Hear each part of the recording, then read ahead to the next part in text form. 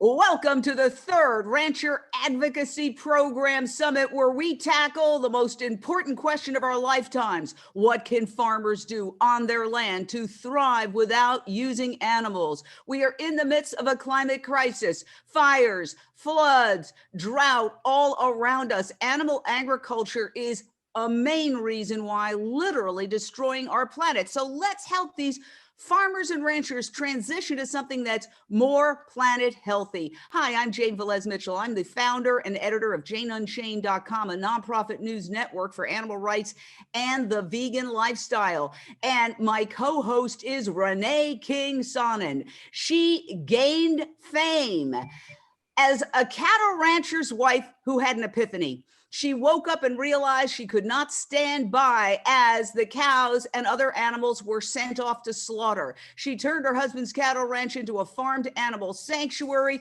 called the Rowdy Girl Sanctuary and made global news and history. And we're going to go straight out to Renee King Sonnen now, because she has breaking news. Animals just arriving at the sanctuary now. Take it away, Renee King Sonnen of Rowdy Girl Sanctuary in Texas. Thank you so much, Grace. And I'm so humbled and honored to be on the cutting edge of breaking news regarding two beautiful souls that just came to Rowdy Girl Sanctuary last week. We have a video that will be rolling just any minute about Grace and Randy and a rancher named Mary. This is Mary. And Mary, bless her heart, called me not too long ago about the struggle she was having because she was falling in love and had fallen in love with Grace right here and her son, Randy. They traveled 5 hours to Rowdy Girl Sanctuary to bring them to Rowdy Girl to safety. Okay. Listen. I've raised Grace from an infant. She came up on our farm, and I've raised her for a long time.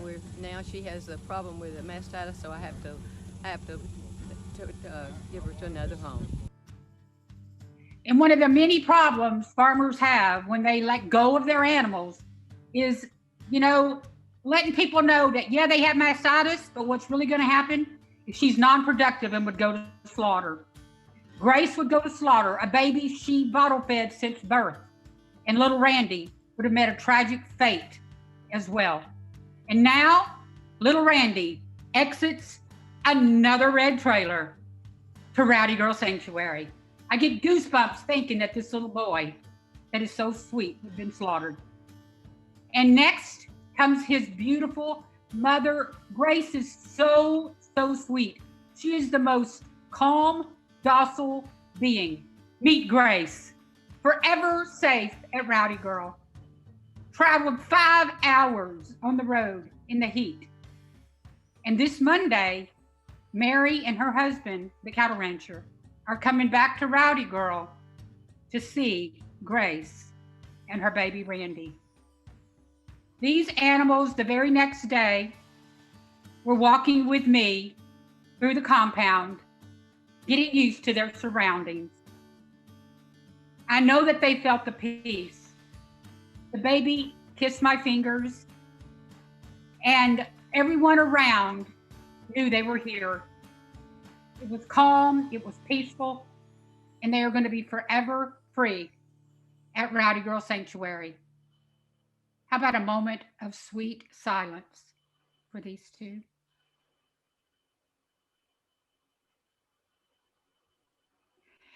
And now, y'all, get this. The Rancher Advocacy Program turned 3 years old on July the 19th. It's hard to believe that 3 years ago, we launched the RAP website. The Rowdy Girl Sanctuary and Rancher Advocacy Program is making history. Let's roll the video.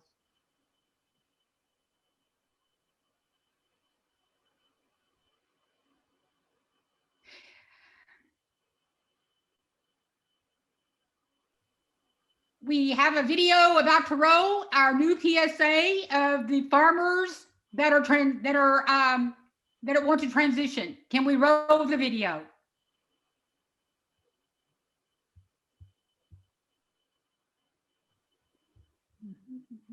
And while he's trying to get the video to roll, as soon as it rolls, I'll stop talking. I just wanted to say that, you know, the Rancher Advocacy Program started with a real change of heart in the lives Our of story cattle landed in the ranchers. laps of people all over the world. Farmers and ranchers everywhere started reaching out to us. Hey there, y'all. My name is Renee King-Sonnen. And I'm her husband, Tommy Sonnen. Cattle ranching has been in my family for generations, and until a few years ago, we had a ranch here in Texas. But then I had a change of heart. We had always loved our animals, but now, even though we didn't have a way out, I just couldn't send them to slaughter anymore. Hell, I thought she was crazy. Well, soon after, we turned our land into a sanctuary for farm animals. People came a-calling. It turned out that many people feel just like we do and want to make a change. They just don't know how to do it. Or how else to make a living. We started the Rancher Advocacy Program to help farmers and ranchers learn how to thrive on their land and make a good living in a new way without using animals. But before you start growing anything, you need a market and a buyer. That's why we just launched a pilot program to match farmers with plant-based industries to help ensure they'll always have buyers for whatever they're growing. Like soy, oats, mushrooms, hemp, or some other commodity. Documentary filmmakers will be following us on our journey to transition cattle ranchers and animal farmers. So, if you're a farmer or a rancher looking to evolve beyond animal agriculture, please contact us. There is another way. You can work the land and feel good knowing that what you're producing is better for people, the environment, and the animals. We hope to hear from y'all real soon. Woohoo! We are excited about today, and we're very, very, very honored to introduce our current lineup of panelists for today's very important conversation. We have coming on today Nicole Rosamarino. Nicole Rosamarino is going to really give us so much insight into how she's helping the planet. We've got Tiffany Washington that's going to talk to us straight from Austin. And we also have the amazing Judy Mancuso. Judy Mancuso from California going to be shedding her wisdom on all of us. We have Rebecca Knowles, all the way from Scotland, with Farmers for Stock-Free Farmers, bringing with her the farmer in transition, Laurence Candy. Also, we have the incredible, groundbreaking, absolute great bodybuilder, Dominic Thompson, that eats what elephants eat. And we're gonna hear from him. We're gonna hear from Helen Atto, the veganic goddess. And did I forget anybody? I don't think so. All right, thank you so much, Jane. Why don't you tell us all about the challenges that we're all gonna face as we transition farmers? Thank you. Yes.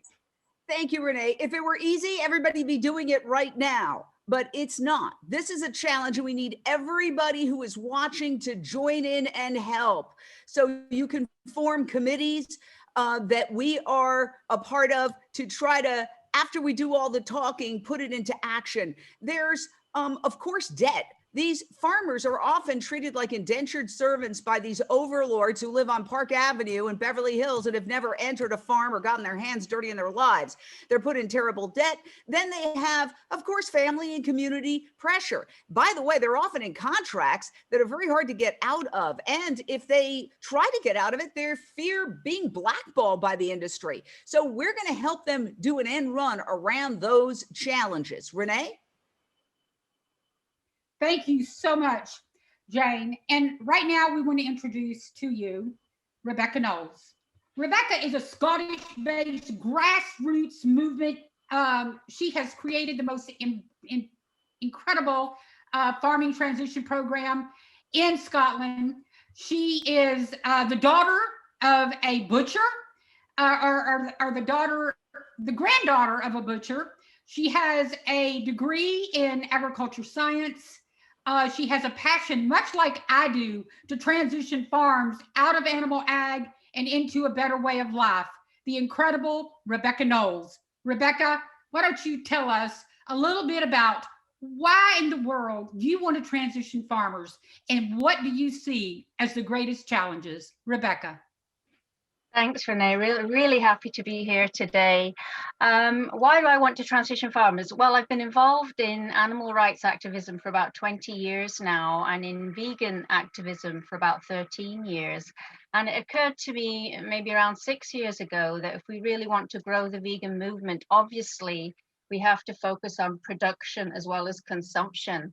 And I think the large vegan organizations to date have focused very much on dietary change, changing what people eat. And obviously we need to change what farmers produce as well. So that's how the idea started. Fast forward to 2018, this was when a lot of the climate research came out about the impact of animal agriculture on the environment and on climate change. And so back then we began lobbying Scottish politicians about the very much needed shift to plant-based agriculture and growing crops for human consumption. And we were in one particular meeting with a couple of members of the Scottish Parliament, and we were sort of lauding the benefits of growing crops for human consumption. Actually, these two guys who are on the screen right now, that's who we were with. And that's my colleague Amanda, who's with me. And we were in this meeting talking about how we need to shift to plant-based diets, growing crops for human consumption to save the planet. And one of these two gentlemen stopped us in our tracks and said, you know, if you do this, you're going to put 60% of Scottish farmers out of business. And that kind of stopped us in our tracks. I mean, we disagreed with him, but we knew that we had to show that he was wrong. And in that moment, Farmers for Stock-Free Farming was really born. So what was he talking about when he said, if you shift to plant-based diets, if you shift to growing crops for human consumption, you're going to put 70% of Scottish farmers out of business? He was talking about the fact that Scotland has quite a unique situation in that about 77% of our agricultural land in Scotland is permanent grassland or rough grazing. In other words, it's deemed unsuitable for growing crops for human consumption. And the only way it is said that we can make food from this permanent grassland is by grazing cattle and sheep. So these were the farmers he was talking about. So we had to address this issue. So what we did is we came up with our 3 roads to stock-free farming. Oh, that's me and my buddy digging my tatty patch, that last picture. We came up with our 3 roads to stock-free farming so that no farmer need be left behind and that every farmer can thrive. So what our 3 roads are is, first of all, growing crops for human consumption. If you've got the land that can support that, growing food for human consumption. And we're also actually working to expand that area out so that we can grow more food on what has been classed as marginal land. We're even involved in a project right now to make protein for human consumption from grass and clover seeds. Yeah, I'll tell you about that later. I don't want to take too much time. It's very exciting. So 3 roads to stock-free farming. Number 1, growing crops for human consumption. Number 2, if you don't have land that you can grow crops on, you can get paid. There is funding to farm carbon capture by restoring native trees and ecosystems and the soil. That is the other option, is sort of what we might class as rewilding or ecosystem restoration is the second path. The third one is diversifying into non-traditional agricultural activities, maybe those related to tourism or adventure-based nature activities, repurposing buildings, repurposing land. And according to the Scottish government, farmers that diversify in that way make on average £20,000 a year more than farmers that don't. So we have these 3 roads, that every farmer can fit into. And from our 3 roads, we developed 100 ways to farm stock-free, which is on our website. It's basically a catalog of 100 things farmers can do. They're grouped under these 9 things that you see on the screen. Those are the 9 categories, and underneath those, we've got 100 ways to farm stock-free. I think we're about 110 at the moment. It keeps going up. So I want to jump in and say this is absolutely extraordinary. And now we're going to a farmer who is actually doing this and making history in the United Kingdom. Laurence Candy of Northwood Farm, you are transitioning in the process right now from conventional cow farming to organic, veganic to make cereal. Tell us how and why you've done it. Oh, hello everyone. Yes, well, I started my organic journey back in September of 2019. I was looking to diversify the farm.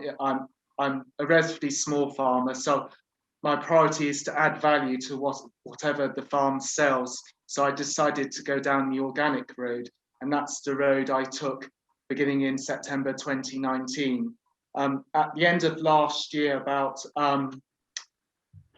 November 2020, I was told that I should explain, I was a dairy farmer. So at that point, my intention was to be an organic dairy farmer. But unfortunately, for economic reasons, I wasn't allowed to go pursue that contract anymore. So I started to look at other options for the farm. So in November of that year, I did contact Bon, the Vegan Organic Network, and to ask them advice about what other options I could do on an organic farm, well, especially the emphasis on a stockless organic or veganic farm. So we discussed that, and then I started to research it in more detail, and that's in January of this year. I met Rebecca, Farmers for Stock Free. So since then, Rebecca's been my right-hand man, so to speak. We've been looking at the market, looking at all the possibilities. We've been looking at her, at the models that she's described, and we decided to go down the veganic cereal route. The reason being is I'm a grassland farmer. I've had experience of growing cereals in the past, and that was the safest option. So to begin with, we're looking at options which I'm familiar with, especially when you're transitioning a livestock farm. You've got to be confident of what you're transitioning to, is you can perfect it. So hopefully with my current skill base, I will be able to perfect that. So yes, that's where we are with that one. Can I ask a quick question? What's going to happen September 2nd? Well, in September, I will officially become organic with the Soil Association. So can you see me? Yes. Yes. Yeah, sorry. I will become organic in September with the Soil Association, and then I'm qualified to then start the Biocyclic Vegan Standard transition plan, which is basically, it allows a 2-year period to wind down my livestock, which is, I only have a small number of beef animals left, which I'm planning to do. And then I've got a 5-year grace period of allowing some of my forage sales as cash cropping. So that will help support the transition to the cereal enterprise. I hope that makes sense. Oh, And you're the first. Yes, I will be the first in the UK. Well, the Biocyclic Vegan Standard, it allows for livestock farmers to transition. As I'm aware, they're the only organic body which allows organic mixed livestock farms to transition. So without their support, I wouldn't be able to go down the organic cereal road. So I'm very grateful for them to take me on board. So this is how this is coming about. Wow. Very, very exciting. impressive. What you're doing is what we would like farmers and ranchers around the world to do. And once we set up that template, then others can follow. The hardest is to be the first. And so you are doing something that will then create a record and that others can review and follow in your footsteps. Thank you so much, Renee. Thank you so much. Thank you, Laurence. Thank you, Rebecca. We'll be back answering more questions and get more involved in this fabulous, groundbreaking discussion regarding your farm. Next up, we have Helen Atto. Helen Atto has been someone on my radar for several years. And one of our board members, Paul Berry, first told me about her. And I am so thrilled to introduce to you a woman that has been at this for, God, almost 40 years, I think. I mean, she's known as the goddess of organic farming, and she's written manuals and books. She's written grants. She is such an unspoken of hero. Helen Atto needs to be praised for the amazing work that she's doing. Helen, I can't do you justice. Please tell us everything you're doing and why in the world growing veganic is so important. Thank you. Thank you, Renee. And first, Laurence, I want to tell you that there is a huge demand for veganic grains. I am contacted regularly, and I'm not a lot. We do small grains and dried beans, but mainly we're fruit and vegetables, and I just don't have enough for the demand that is out there for certified veganic grain. So keep it up. I guarantee you will have a market. And like you, I started out in Montana. I grew up on around cattle and cattle ranching. And when I realized what happened to those beautiful baby calves that we pulled when they were having trouble, when moms were having trouble calving, I became a vegetarian, and I started farming organically. But I have to tell you that when I was in graduate school and when I worked for Montana State University, people didn't even think that we could do soil fertility and maintain the yields of conventional farmers, because nutrient cycling was such a challenge. And that became really easy for me. In fact, using manure-based compost, I had the terrible realization that I got too high a soil fertility on my organic farm in the early 1990s. So that was without animal inputs, right? Without animal inputs. Excuse me. That was with animal inputs. So I said, well, you know, I'm a vegetarian. I was becoming vegan, and let's see if I can farm without using manure-based compost and without using, well, that was actually the only thing I was using. But of course, in certified organic farming, we use blood meal and bone meal and fish meal. So there were lots of animal products that were being used. So I tried to wean myself off and move to cover cropping, and had a living mulch system. And it's taken 20 years, but now on our farm in Oregon, we semi-retired to a just small little place, 211 acres. And I'm being facetious because that's a lot to handle for horticultural crops. Yeah. And it's not. The beautiful part is that a lot of it has been rewilded.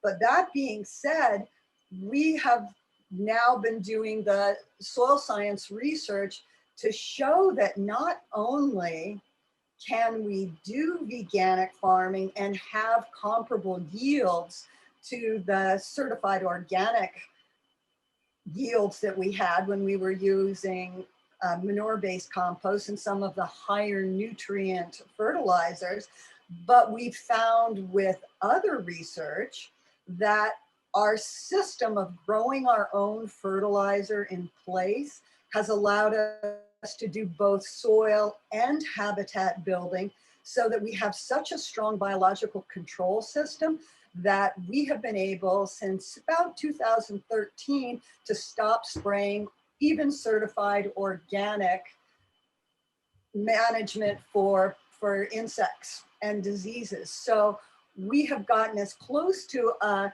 closed system, no off-farm input farming, ecological farming, as we ever hoped we could do, with still on many crops as good a yields as when we were certified organic. Wow, that's incredible. This is unbelievable. And this is the most important conversation of our lifetimes. Again, we're trying to answer the question, how can farmers thrive on their land without using animals? You've heard already from some leaders in the field, also a farmer in the United Kingdom who is doing it now. He is in the process of transition. Legislation's an important part. I want to go straight out to my friend Judy Mancuso, the founder and president of Social Compassion and Legislation. Judy, you have legislation that you have in Sacramento right now. Remember, California, if it was its own nation, would be the 5th largest country in the world. What happens in California spreads to the rest of the world. Tell us what your legislation is to help farmers and ranchers transition from animal agriculture to plant-based agriculture. And I will mention that California is also America's largest dairy state, having surpassed Wisconsin a long time ago. Judy, take it away. Thank you, Jane, and thank you everyone that's on this panel. Your work is incredible. It's so moving. And of course, Renee's video with Grace, unbelievable. Thank you so much, Renee. So the legislation would create a grant program for farmers that want to transition from animal agriculture to a plant-based crop. And there's so many benefits. Most everyone knows, you know, what we're up against with the climate crisis. And we heard across the United States, California, how farmers have such a hard time with transitioning monetarily and to be able to bring a grant program to them. But I will tell you that we ran into a lot of opposition from, well, I have the letter in front of me, California Farm Bureau, California League of Food Producers, California Poultry Federation, Agriculture Energy Consumers Association, Association of California Egg Farmers, Pacific Egg and Poultry, and Milk Producers Council, California Dairy Council, and the Dairy Farmers of America Western area. And what they had to say was that the bill was discriminating, that if we create a grant program, it should go to farmers that want to transition from beef to dairy if they want it. And we said, well, that negates the whole purpose. So yes, we introduced this bill. Yes, and it's an enormous fight. All the animal ag came after us, but the bill is still alive. It comes back up in January. We made it what's called a 2-year bill so that we could work on the issue, get more support. And the one thing we desperately need is farmers in California who would like to transition that will step up and be a part of the process with us. Extraordinary. Thank you, Judy. And if anybody is a farmer or knows a farmer who wants to transition in California, contact socialcompassionandlegislation.org, because then you can join all of us going up there to testify and to make the point that, see, a lot of these farmers are afraid. Just address that very quickly, Judy. They're afraid to come out because they fear being blackballed. Yeah, I mean, if they raise their hand, hey, I'd love to transition, but yet the bill doesn't make it or it takes time, then there's retaliation from these powerful ag, you know, dairy and beef people. So most of the farmers are quiet. They would like to transition, but they don't want to be public about it. Renee, you were going to ask something? Oh, all I was going to do was say just how incredible your work is, how grateful I am that you are on the right side of history, and anything we can do to help support you, I'm in your court all the way. And next up, thank you. Next up, if we could just keep moving along, we have Nicole Rosamarino. Nicole is with Southern Plains Land Trust. She's a PhD, and she has been actively involved in her efforts to protect prairie wildlife since 1994. And I started talking to Nicole Rosamarino a few years ago when Greg Lightus, one of our RAP advisors, introduced me to her because we were really struggling with what to do with cows, whenever they exit the food system. And Nicole has thousands upon thousands of acres in Colorado that she's acquired through land trust. And she's got buffalo there. She's been able to do so much on that land. And we're trying to figure out with our rancher advocacy program how to attain that kind of land. And we would just love to engage your mind, Nicole. Tell us how you might help us make those types of roadways. How do we get there? How do we, find ways to get the land set aside for our farmers in transition? Thank you, Nicole. Well, thank you, Renee and Jane, for this RAP Summit. I'm really excited to be a part of it, and I've really enjoyed our conversations, Renee. And I hope my internet is okay. I am zooming in from Southeast Colorado, right next to our largest preserve, the Southern Plains Land Trust's Heartland Ranch Nature Preserve. We started over 20 years ago with just a 1,280 acre preserve that we bought the land from a rancher.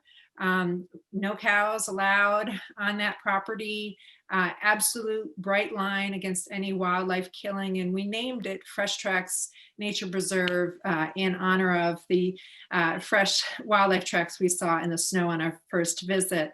Fast forward to now, we have 32,000 acres in our preserve network. And our largest is Heartland Ranch Nature Preserve, which is about 25,000 acres, which is 40 square miles. To put that in perspective, it's larger than any one of Colorado's state parks, several national parks, and even 5 countries. And so, we have a country scale and certainly landscape scale property that really, I think in this conversation, it's about transitioning the land from animal agriculture into something else. And for us, it's a wildlife preserve. We're trying to restore the American Serengeti in the Southern Plains. Where we work is considered flyover country. Most Americans don't identify with it as an exciting place. But in the mid 1800s, Europeans were streaming to the Great Plains because of the extraordinary bounty and variety of wildlife here. Renee mentioned bison. They are our US national mammal, a fantastically charismatic animal that is absolutely at home on the Great Plains. And so we've returned them to the Great Plains. And to get to your question, Renee, about how to do this, we partnered with a grant maker, the Summerlee Foundation, and they had rescued longhorn cattle, horses, donkeys, and bison. And they've rehomed all of those animals, but they brought us the bison and the longhorn cattle. And these are non-breeding herds that are living their lives in sanctuary. The bison aren't breeding because they're not genetically pure and therefore don't serve conservation. But we have since introduced a separate herd of conservation bison to recover that species, which is imperiled. I won't get into that. But the longhorn cattle right here. Let me ask you a quick question right here, because I have right now somebody I'm working with. I've been networking all over the country about 13 longhorn steer that are needing rehomed. They're from a dude ranch, actually in Nebraska. And this woman is beside herself. She's a former cattle rancher and she's looking for a home. I mean, what would you do if somebody, asked you if you could rehome, they could rehome 13 longhorn there? Is that possible? So we do have a process because we are a small organization and we have to be around forever because our obligations to protect the land and the wildlife are permanent. This is not a 5, 10, 20-year obligation. This is permanent. And both Rebecca and Helen mentioned rewilding. We are part of a global rewilding effort. And so what we would do, Renee, is certainly have the conversation. The way that rescued animals have come to us in the past is they come with some funding for land acquisition.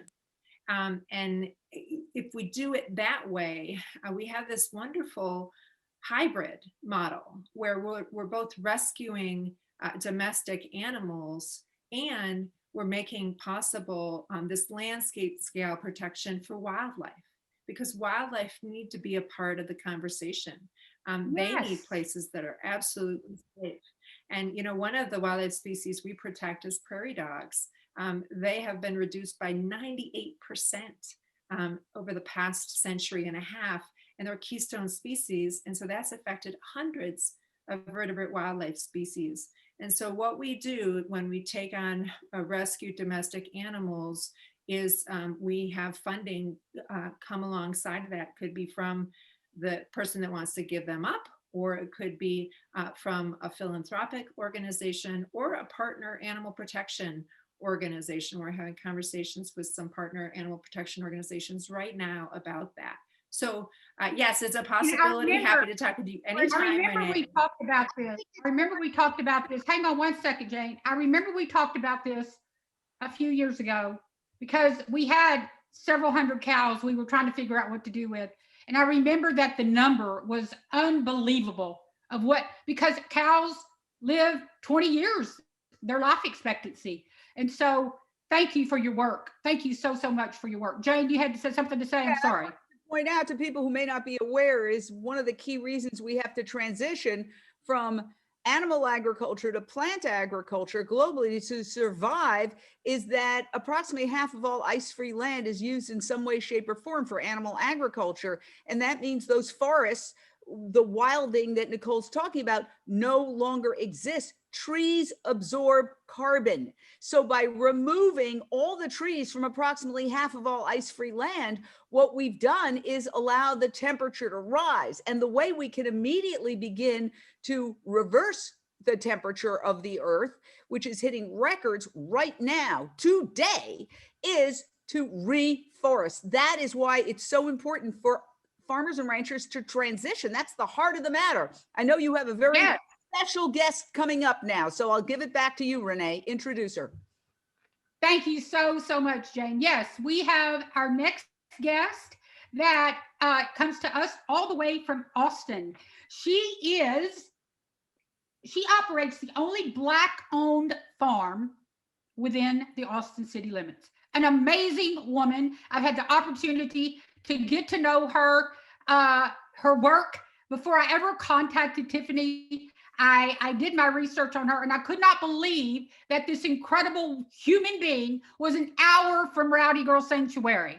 She is a trailblazer.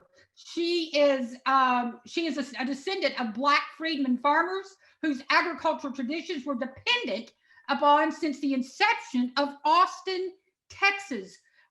Girl, I tell you what, I can't tell you how so very happy I am to have you here. Would you have great insight into what farmers and ranchers can produce without animals, because you're doing it. You're doing it right now. How would you inspire other farmers to do what you're doing? I would just say we need to make the connections, because I'm hearing everybody and I'm thinking to myself, I do this on a day-to-day basis. In my community, I have a small scale urban farm. It's about 1.25 acres.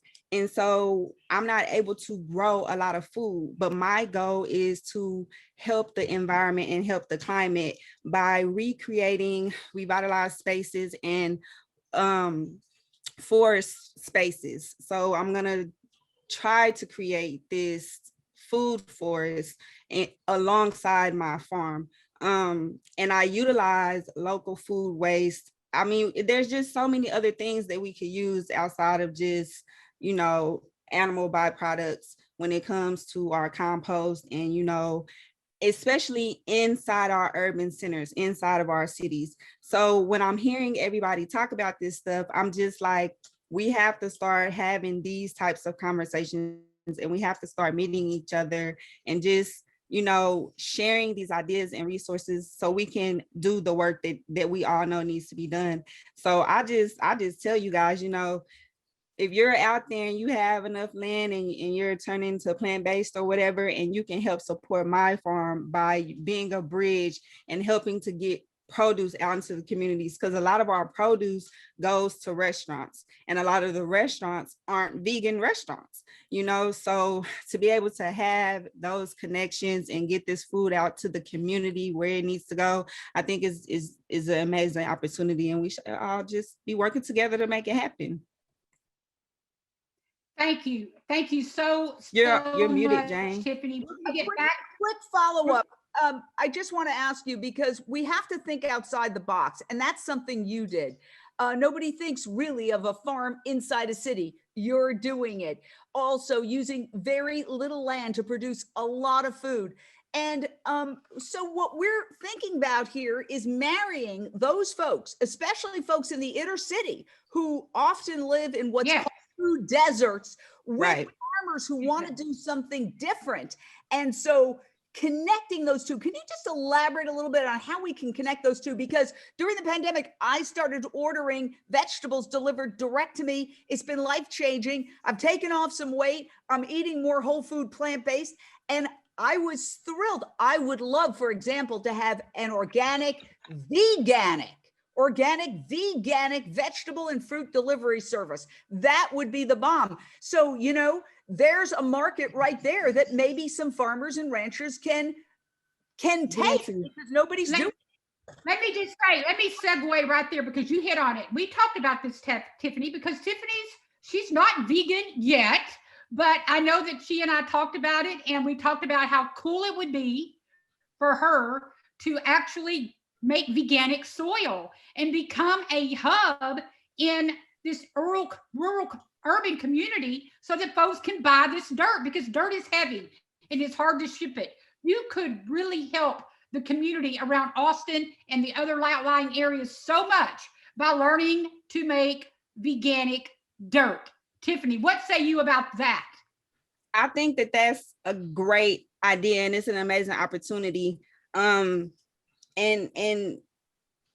we have to seek out food producers, because it might not necessarily be a farmer. It may be a market gardener. It may be those guys who are holding down our community gardens within our communities, who want to access these resources to help grow more produce. So when we start to come together as food producers, especially vegetable growers, the word is just like word of mouth, and it just kind of spreads. And then that's how I'm able to meet women like Rebecca, you know, and Nicole and Renee, and be able to say, you know, Renee, if you're out there and you got a buku ton of veganic soil, bring it out. You know, there's so many things I can do with it. We can take it to the schools and put it into the school gardens. We can take it to the rec centers and put it in the rec gardens. So it's so many things that we can do. And it's just about, Renee just called my phone. It was on a random day. I was talking to my husband, and she just called me up and was like, hey, you don't know me, but I would love to talk.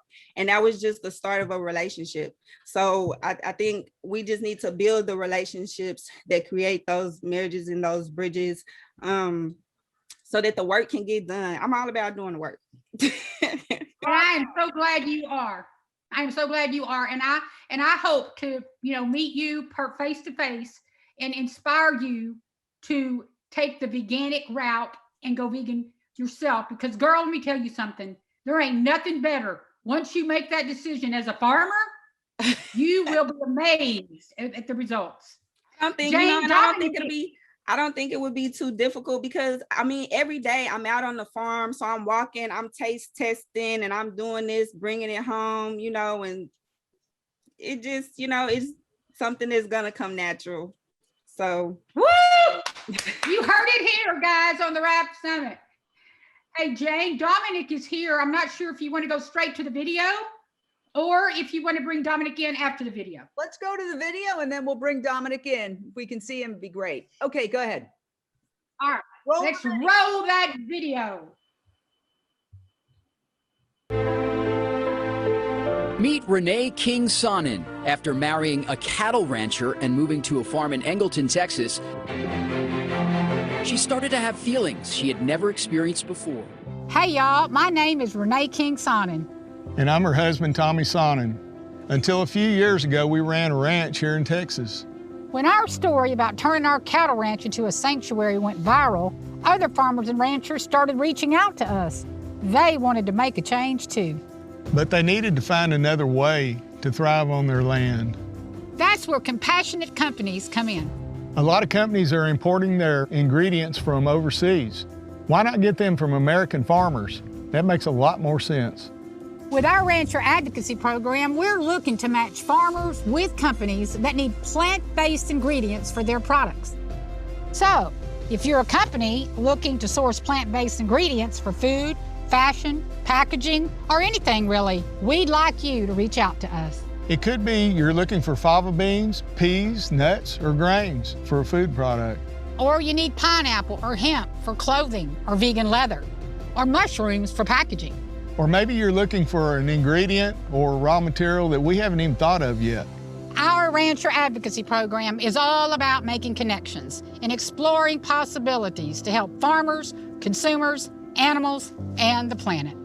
So contact us. The time is now. There's never been a better time. Together, we can create better products and make a better world.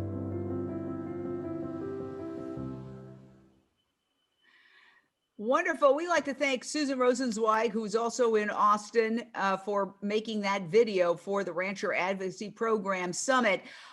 Renee, I know we're going to be talking to Dom. What would you say to anybody watching out there who wants to get involved? Well, Jane, the reason we did these two PSAs was because we wanted farmers and plant-based industry to come together, like peanut butter and chocolate. We see that the farmers that want to transition are vital, and plant-based industries need farmers. Why would you outsource your ingredients when you can help farmers change the planet? So plant-based industries out there, if you've got a plant-based food product, let's partner with farmers that want to change. And then what we can do is bring in the investor models, the green investors, the impact investors that want to also make this change. Jane, back to you. All right, I think we're going to introduce Don Thompson. Dominic Thompson has created Eat What Elephants Eat nutrition and wellness program. It is changing lives. I was on his website and people are saying, this is a miracle. It changed my life. Plant-based food coaches, meal plans, and direct grocery delivery. So Dom, what would you say to transitioning farmers in order to connect them with this exploding consumer market of people who are literally hungry for nutritious, delicious, plant-based food? Dom. You guys are right. I mean, you ladies are right. There's such an explosion in a demand that we can't even keep up almost in many capacities, which is a beautiful thing because people do want to eat more plant-based, even if they're not technically vegan or vegetarian. Most people are taking more of the reducitarian approach. At least that's what we're seeing in studies, and that's also what we're seeing with our demographics specifically. We have over 10,000 subscribers and continue to grow every day with respect to people, how we teach them how to eat plant-based specifically. We have a team of RDs and food coaches that really dive into your meal planning. When you go through your onboarding process, it takes 5 to 10 minutes for you to learn how to eat specifically plant-based with our team. We have an incredible team. It's a pretty award-winning team to the point now where we've been in talks with Emory University to present this to different hospitals in terms of the business model. We also met with the city of Atlanta. That's where we're primarily based, what we're going to be doing. I think, Renee, your program is amazing, and you and I definitely need to talk further about that. But we already met with the city of Atlanta. As you guys know, politics is politics. So there's some pushback and there's some challenges now with the new administration leaving and a different old guard coming. But Atlanta is trying to grow the urban farming space specifically. But there is a lot of red tape. There is a lot of knocking on the doors. It's just taking a little bit of a longer process because where we're launching next year. We plan on acquiring some urban farms as well as a major farm where we're going to do truly food to the table and open up a bunch of juice and smoothie bars. We're going to open up some veganic in the city of Atlanta.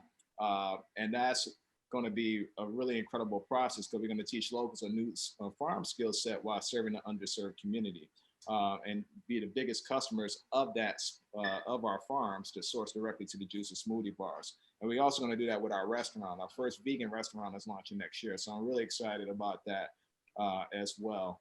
But the demand is there, the space is there. A lot of the problem is just really the capital and the resources. Because there's only so much you can do in different smaller business model spaces like that. But I'm really excited about the future because so many people are really ready to take on eating plant-based more. Wow. Hey, Dominic, how would you inspire Tiffany Washington right now in urban Boston? How would you inspire her? Because God, I mean, I think the two of you should get together and talk. I wouldn't define it as inspiring her. I would just say that maybe her and I can connect. It sounds like she's already inspired herself, but I would love to connect with Tiffany and just explain to her my why or what I do and how I did that. And it's really up to her to take those components and process if that's what she wants to also adopt a part of her lifestyle, her business model, her personal journey specifically. Just for the record, Tiffany, I stopped eating meat 21 years ago in federal prison. I'm from originally the west side of Chicago, former gang member and drug dealer, and I turned my life around in prison. But it was there that I created a mantra: if it requires harm, then all. And that comes to everything from putting poison back into my community with respect to drug dealing to also being a customer to support a very outdated business model, food agriculture, animal agriculture, where we're destroying over 70 billion animals per year. And I didn't want to have anything to do a part of that. And I know a lot of vegans don't talk about this, but I got to be honest with you. Not only did it do a transformation with my body, but spiritually and karma and energy and just the peace of mind. And I don't know if you're religious or spiritual, but it was the best decision of my life where everything just turned around 180 and just opened up so many different doors for me, opened up so many different sources of energy and different views on life itself, where it's just been the best decision of my life. And I can only speak for myself, but hopefully you and I can connect organically, and maybe, or anyone that's listening, just Tiffany, but anyone that's listening, maybe want to just take a more deep dive into that, because truly it is one of the best decisions I think most human beings, especially in the Western culture that are privileged, can make with their lives. Wow, how beautiful and extraordinary. And I'll just throw in, I went vegan after getting sober 26 years ago. So there is a connection between having a moment of clarity and realizing that, wow, our actions are not in alignment with our values. Let's make it happen. Dom, I hope that some transitioning farmers in Atlanta, which is the new Hollywood, reach out to you, because I've been to Atlanta many times. And let me tell you, if it wasn't for the vegan soul food restaurant in the Highlands, I would have starved. I'm sure you know which one I'm talking about. You are exactly right. This is the second Hollywood. If not, it's becoming the #1 Hollywood, and also the New York of the East now, the Southeast. Everything is just crazy here in Atlanta now. And we don't have enough restaurants. And, hopefully we can build that ecosystem here in Atlanta, because we don't have enough compared to the other markets, but we're coming. Hopefully there's better opportunities out there for sure. So, what we're exploring and figuring out is there's a market. There's a market of people who are literally hungry. We just need these farmers and the government as well to start giving what the people want. And it's turning that ship around is very hard. What we don't want to do is rearrange deck chairs on the Titanic.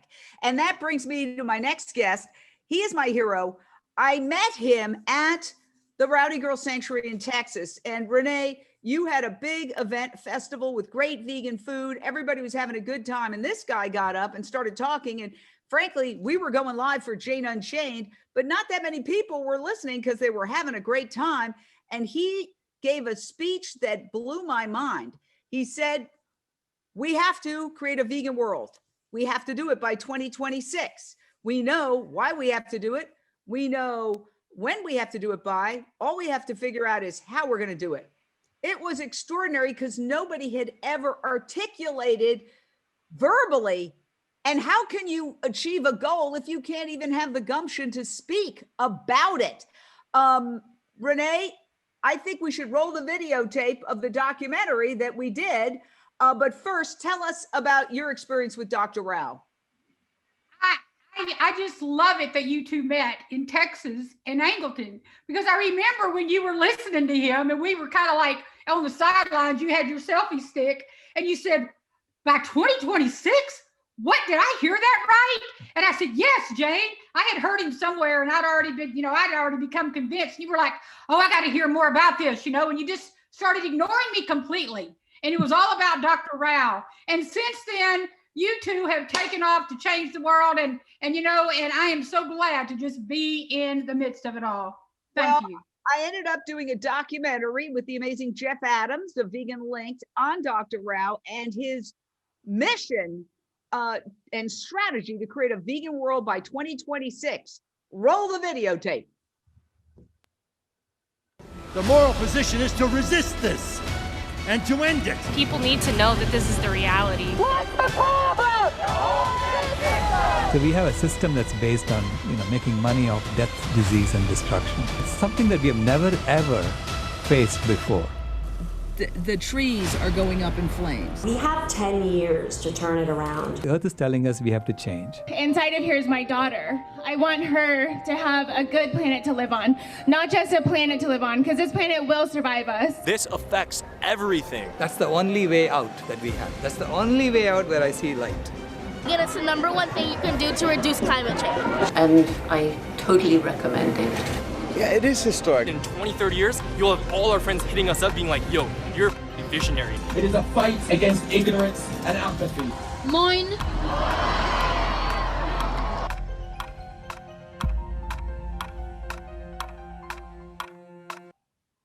And you can watch Wow.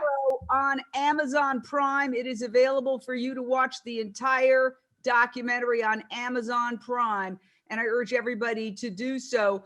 Dr. Rao, what would you say to farmers and ranchers and the world at large about the urgent need to transition from animal agriculture to plant-based agriculture or some other source of income? Why is it in everybody's self-interest to do this, Dr. Rao? Thank you so much, Jen. Thank you for this amazing introduction. It is in everybody's interest because we are all living on one single planet. It's the same planet that we are all on. And, when we use animals for anything, we are actually expanding our footprint. So overall, this is why organic farming will have a much lower footprint than using animal products, whether it is organic, even if you're doing organic vegan, but it's not organic, your footprint is higher. You do that.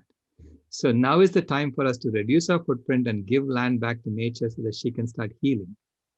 If the world goes vegan, we can literally return 80% of the Earth's surface back to nature. It's a little like, starting to take a whole food plant-based diet when you have diabetes. The diabetes heals. In the same way, the Earth can heal if you let 80% of the Earth's surface back to nature. So that, to me, is the number one thing we should be doing now to address climate change, to address the biodiversity loss, to address all of the ecological problems that are happening. And the clock is ticking, as you said. And it is 2026 is a very scientific deadline, or I call it a lifeline, that we need to get there by then. And we have no choice but to do it. Well, how are we going to do it, Renee? We've got to transition these farmers. We do. And I tell you, when we were in Costa Rica and you were filming that documentary and we were tracking that entire mountain that was a beautiful forest, I got a big picture of what these farms could look like.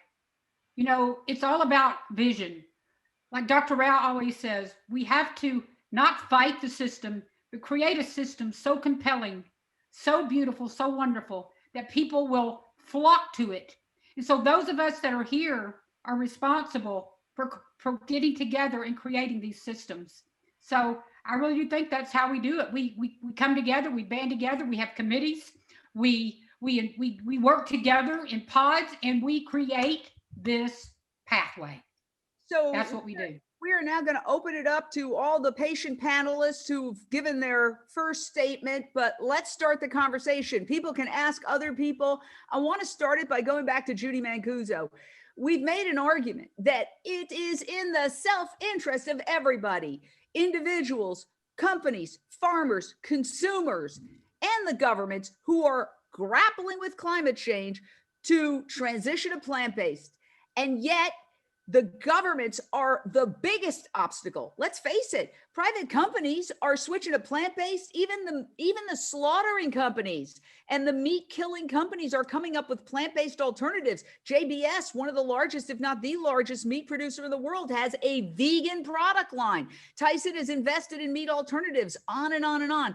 It's the US government and other governments, including the United Nations, that are just not getting on board with this, Judy. What can we do?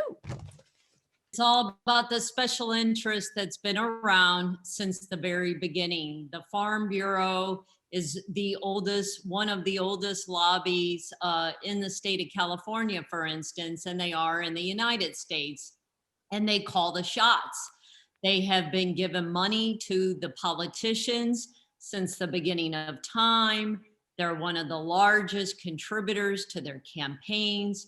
So one of the things that we have to do, and so many people don't like to do it, but they have to, is to speak to their representatives, give campaign contributions. We started a PAC called Compassion PAC, and you can find it at compassionpac.org. And what it is for specifically is to give campaign contributions to politicians who will support these efforts, who will go against the status quo.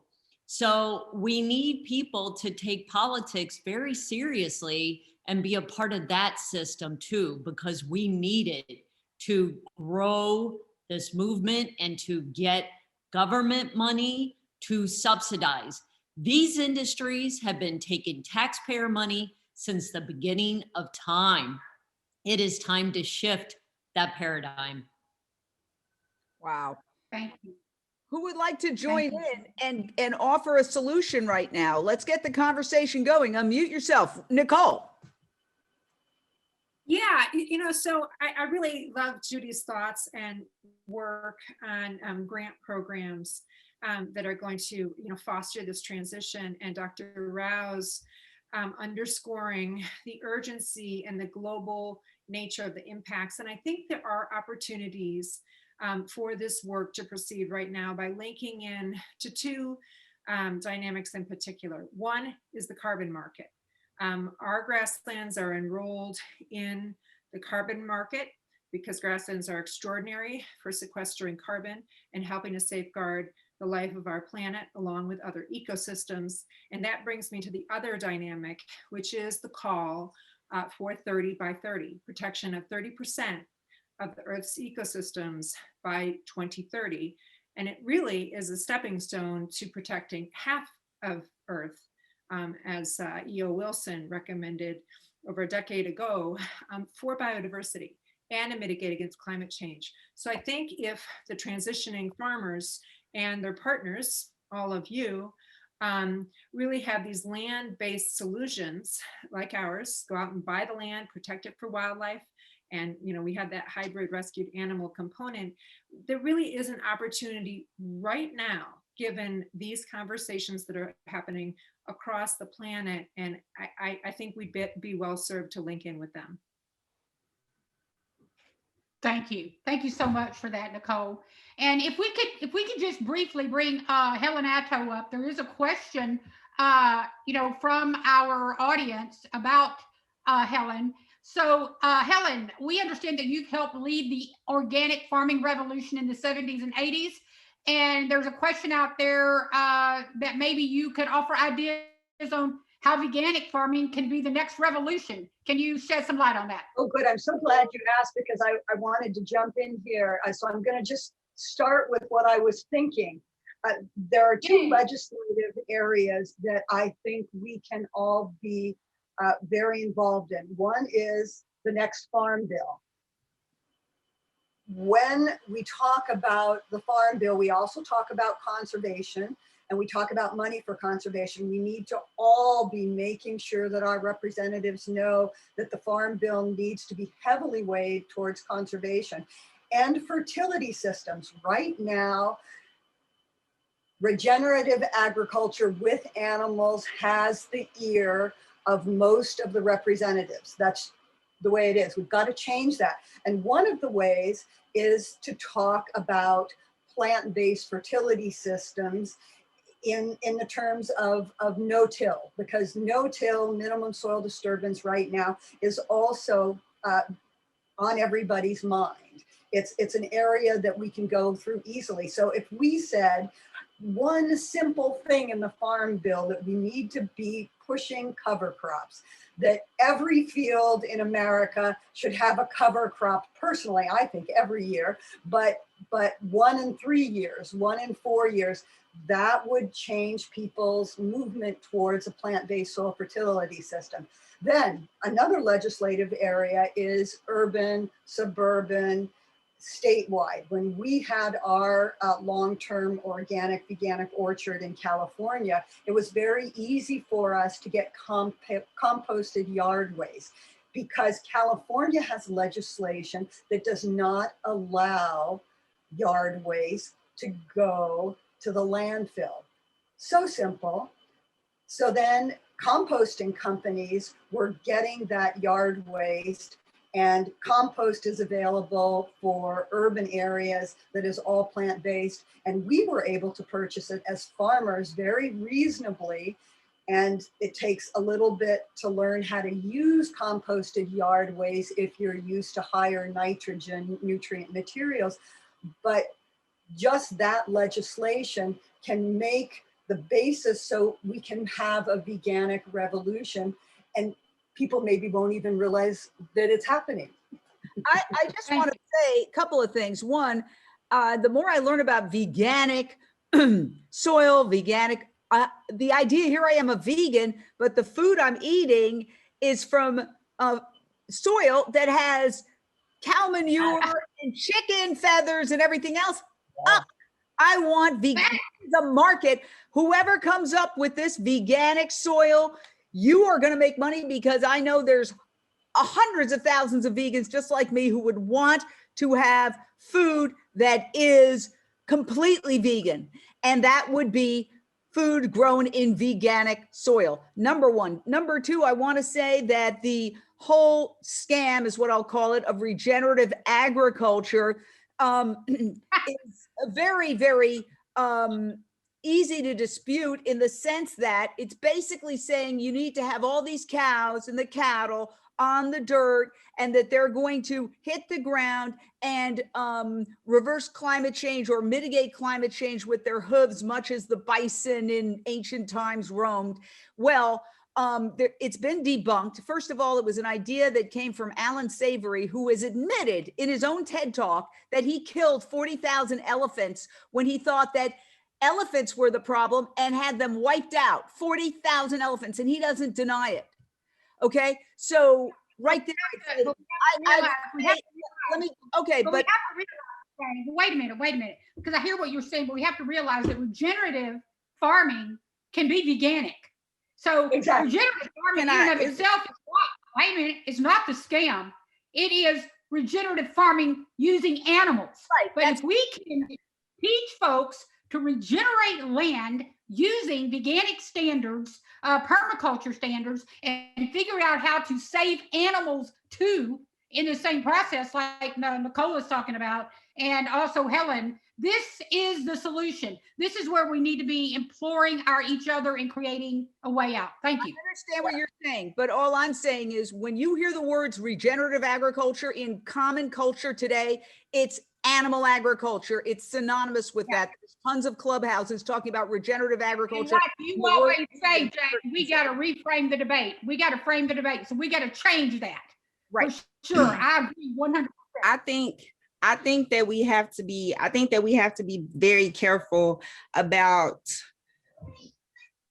the conversation that we attach to the language that is being used today when it comes to any form of agriculture, because y'all kind of taking me fast and quick, and that's just coming as a Black farmer who is first of all fighting to even be able to go back to farming and it not be a sense of enslavement or anything like that. So me just getting back to the land, the first thing I'm going to want to do is deal with livestock or animals. You know what I'm saying? So that does not necessarily mean that my goal is to slaughter the animals or anything like that, but it would be to raise cattle or have horses or anything like that. Now, when we talk about regenerative agriculture, I don't automatically think that when I hear that term in our culture. For me, it's what are we doing to add organic matters and nutrients and those biodiversity practices to the soil to regenerate it. So for me, even if you're not going to eat it, even on your sanctuary, your cattle is roaming around and they're leaving their manure, which is being turned back over into the soil, which is, you're not farming over there, but your land is organic garden, but you're right. Yeah, so I mean, even in the wild, even out in nature, even elephants out in the jungle, when they poop and it's left there, it becomes a part of the ecosystem in the forest. So we don't want to, when we have to be careful how we separate these things when we talk about what's in our foods. So for me, this is something that I do naturally. It's just normal to me to compost food waste, because our cities are so full of food waste that there's nothing else you can do with it but compost it. So what are our compost facilities and recycling facilities doing with that compost or that waste? Like a lot of that processed food goes to the livestock.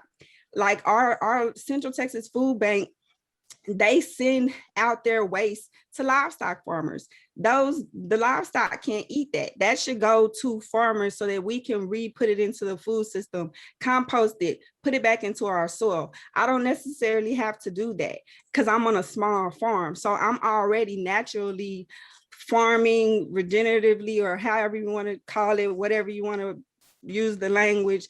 I'm already doing it naturally. Tiffany, I want to jump in and just bring in Dr. Silas Rao again, because you're talking about creating natural food forests, Dr. Rao, and animals would be a part of that, but they would be wild animals. They wouldn't be animals who are forcibly bred into existence, of whom we have 80 billion a year, because animals are destroying our planet. Can you outline your ideal situation where you would have a food forest, Dr. Rao? Unmute yourself. Yeah, fundamentally, we are transitioning from the old model, which is what we have been doing so far, into a new system, as Renee said. We have to sort of think of this as a transition process, going from the old to the new. And in the new system, it'll be food forests, it'll be wild animals, and it'll be a few animals in sanctuaries, because we are breeding an enormous amount of animals and we are actually creating them by ourselves. They're not having families by themselves, right? And they've also been genetically modified to just serve our purpose of just raising them to kill them, to eat them. So they, like chickens, for instance, they grow so fast that if a human baby grew at that rate, a 1-year-old human baby would be 500 pounds. And a 1-year-old 500 pounds will not be able to survive on their own, okay? So that's how bad it is. So We are going from this grotesque system that we have to a new system.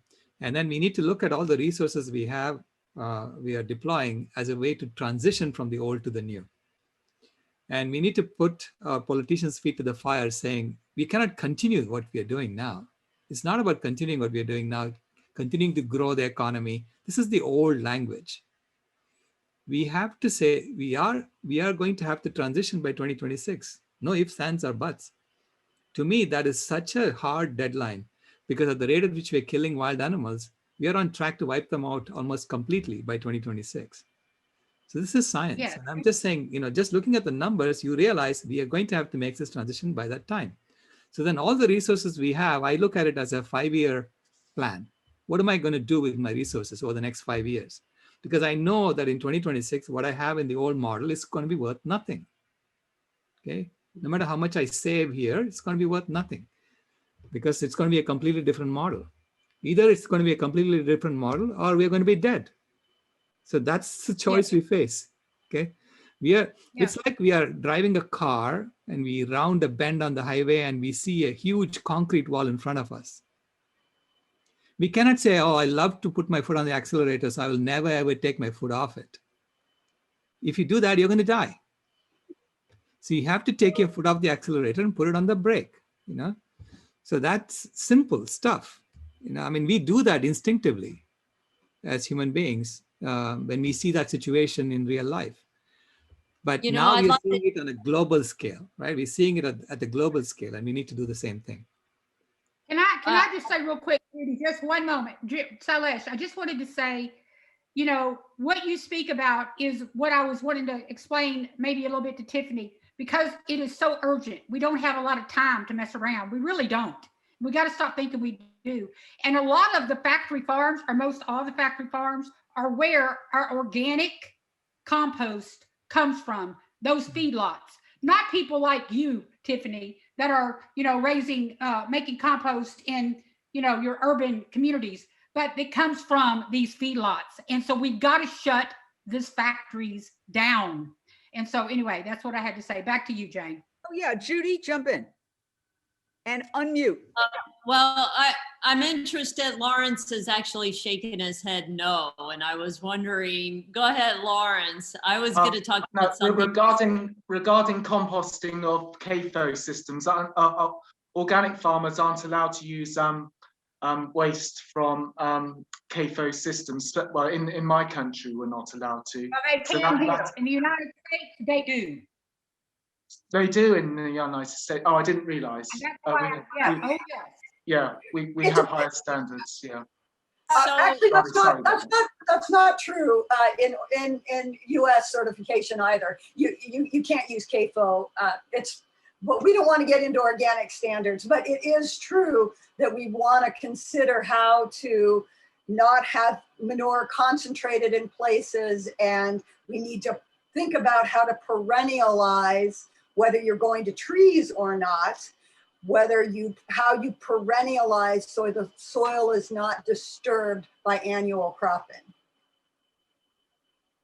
Wow. Well, can I just jump in with one thing? There's something that's happening right now. Cory Booker, who is a U.S. Senator and former presidential candidate who is vegan, has a bill that he is proposing in Congress to phase out factory farms. This is huge. And the reaction I've gotten is that, well, it's incredible, but there's no way it's going to pass, which to me is so maddening. Finally, you have a U.S. Senator who is vegan, and he has talked to Kamala Harris, who has said when she visited a vegan restaurant in Las Vegas that she's dabbling in veganism and trying to be vegan before 6. So that's the Vice President of the United States. We have certain people in government waking up, even though the Biden administration put Tom Vilsack, who is the former head of a dairy trade group, so he is the meat industry, put him as the head of the USDA, the United States Department of Agriculture. But we have this bill, and yet there is a feeling that, oh my gosh, it's too radical. When, as Dr. Rao just said, we are barreling toward a brick wall. Judy, quickly, you deal with legislation. Jump in there. Well, everybody has such short-term vision, the politicians. And so, like I was saying, they've been taking money for so long from the special interests. They're so embedded in our government. So while Cory Booker, his intentions are good, he needs the votes. He needs the majority vote. And he's not going to get it because so many people are persuaded by big ag, meaning meat and dairy. So that's where we all have to be activists. We all need to know who we're voting for and where they stand on these issues and be active. Our website, socialcompassionandlegislation.org. Sign up for our support letters that we send. This is so important. You see the marches across the United States pre-COVID.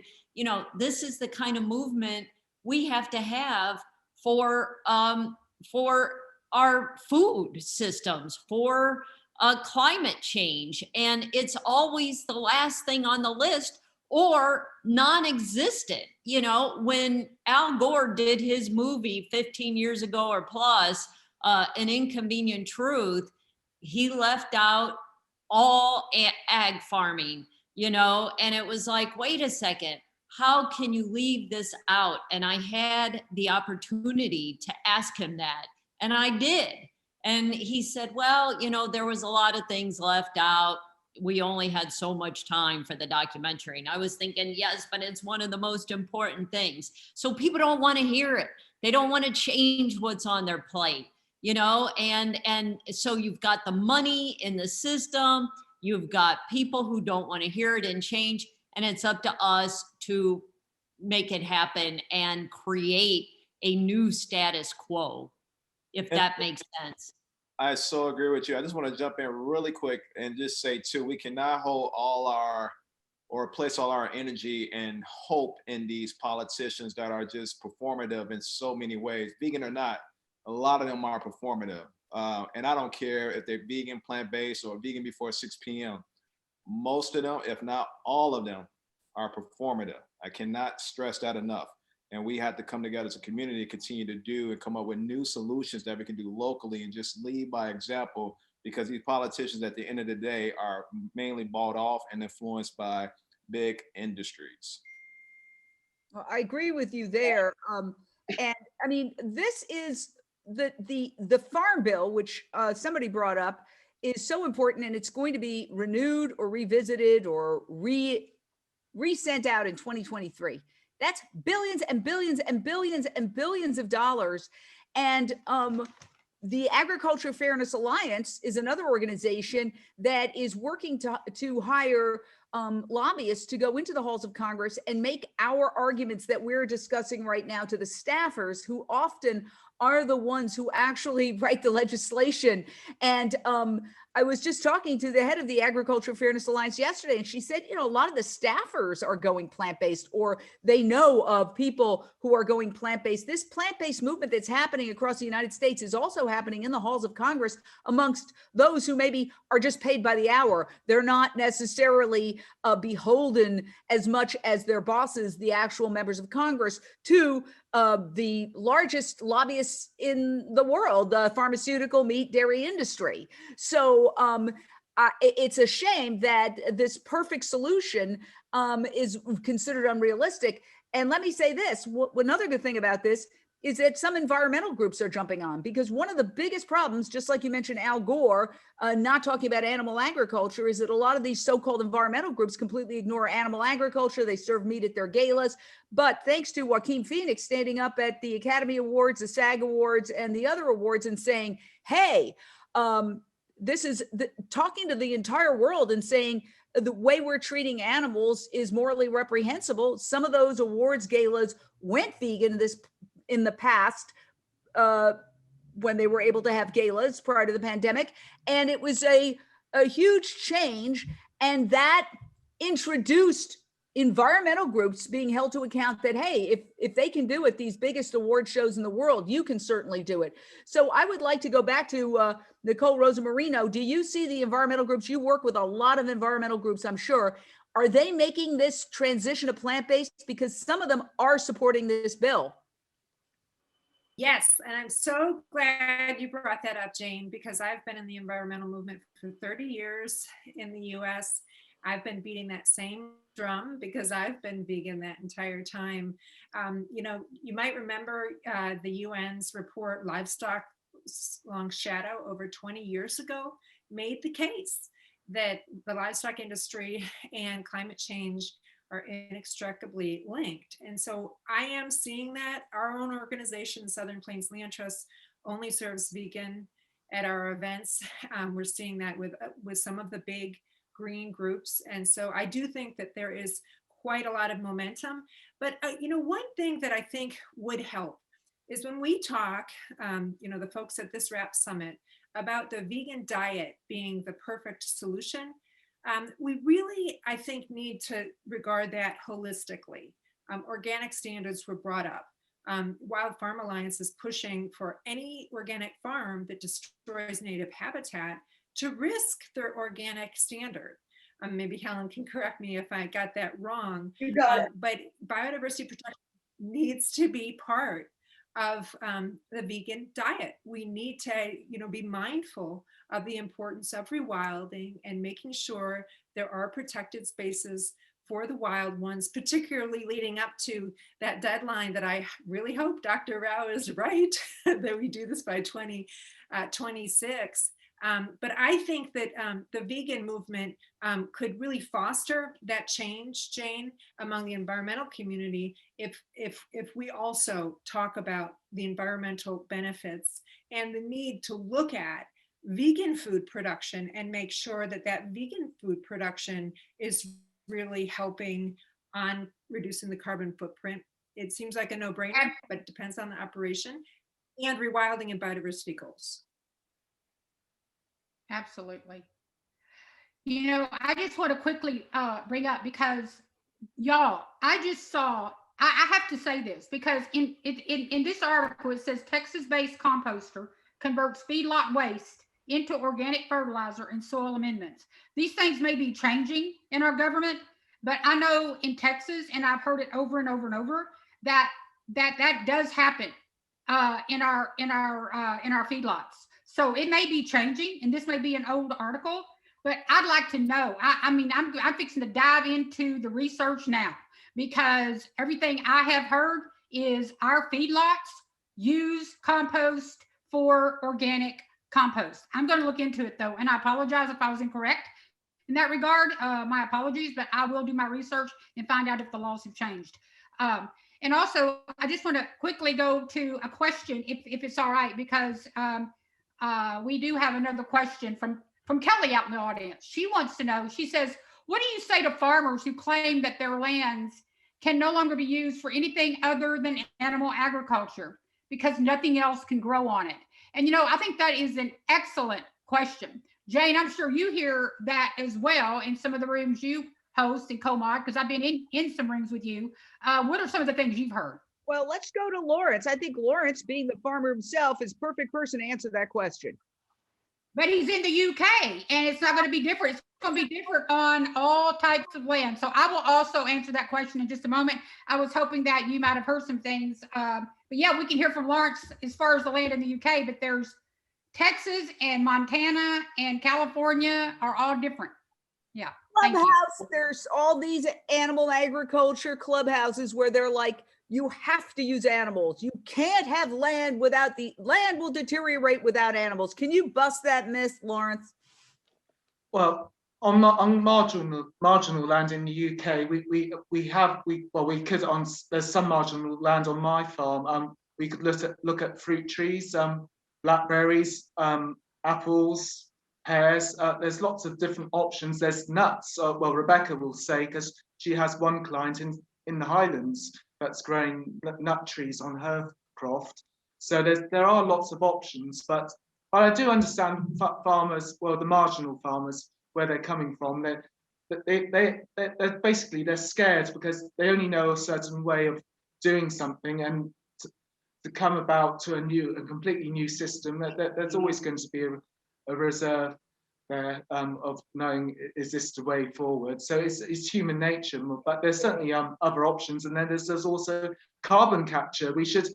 The government should introduce a fiscal policy to actually pay farmers to scrub carbon. We've got this valuable resource, the soil. It's the largest carbon sink in the world, and we can use it. So that's just, we've got to change the way politicians think and also how the market thinks. If we had carbon accounting. I love what Rebecca said a while ago, the 3 ways that y'all are, you're answering this question. And I want to talk to you more about that, Rebecca. Can you please elaborate on what you tell your farmers, because you've done this research extensively?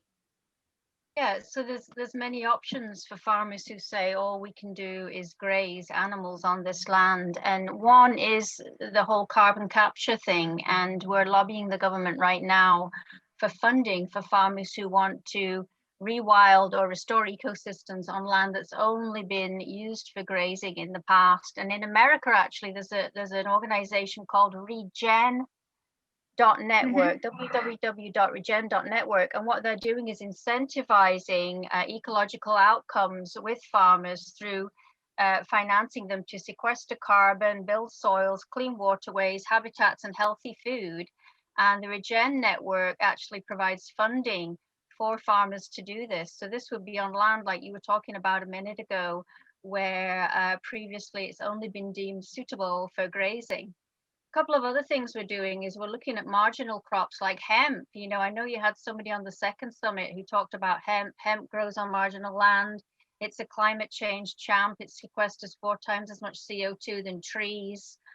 We can use it for food, clothing, fuel, shelter, and historically it was used for these things. So right now we've got 10 farmers in Aberdeenshire, which is very rural, mostly grassland, who are actually growing hemp. The other one that I was talking about earlier is leaf protein concentrate, LEAFU. And this is the potential to make protein for human consumption from grass and clover leaves. You can even make it from the weeds in your garden. So I've made it from my nettles in my garden, and we've eaten it, and it's great. So this can be made from potato leaves. This can be made from sugar beet leaves. This can be made from any leaves that are edible for humans. What you going to add a question, Renee? So, yeah, what about the seed? I see on your website that you're also teaching folks to farm seaweed. Yep, this is another option for coastal farmers and crofters. We've got a kelp crofter on the west coast of Scotland who is farming kelp, and since they started doing this, we've had another crofter come forward who has been a seafood farmer and wants to transition to farming kelp. And kelp is another climate change champ. It's basically like trees underground. So there's many options there. And the other option is restoring the buildings, like you talked about earlier. Yeah. I mean, farmers have these massive buildings. They could, figure out ways to use those buildings to grow mushrooms or flowers or any number of crops. Absolutely. Repurposing buildings is a big one. We have a farmer up here who used to have battery hens. Battery hens was very small cages. In fact, my grandfather was a battery hen farmer. It was made illegal in 2011 in the UK. And this former battery hen farmer has converted his massive building into this spotlessly clean storage space where people store their campers and their caravans in the winter. And he's also turned it into a warehouse for shipping out used books. So there's so many ways that you can, and he's on a farm where, it would have just been grass other than that. So there's so many options to diversify. So many farmers have tremendous amounts of land. And I guess the ideal solution would be to be able to use a small portion of the land in a very profitable way. And there's also solar and wind. There's a lot of things that can be done on that small piece of land and then rewild the rest. That would be the absolutely solution. Yeah, absolutely. I mean, we have a farmer we're working with. There's a picture. She's right there, Michelle, with the veg box. They had 1 acre, and that's her husband Robert next to her with the rototiller. They had 1 acre of land which they rented, and from that 1 acre of land, they were supplying 36 hotels throughout Scotland with amazing microgreens and vegetables, and making a living with just this 1 acre of land. And if you look at how much livestock you could have on 1 acre of land, you could have half a dairy cow on 1 acre of land, or you could have 2/3 of a beef cow, versus all this amazing food. And when the pandemic hit, they shifted from supplying hotels to supplying 150 veg boxes a week on 1 acre of land.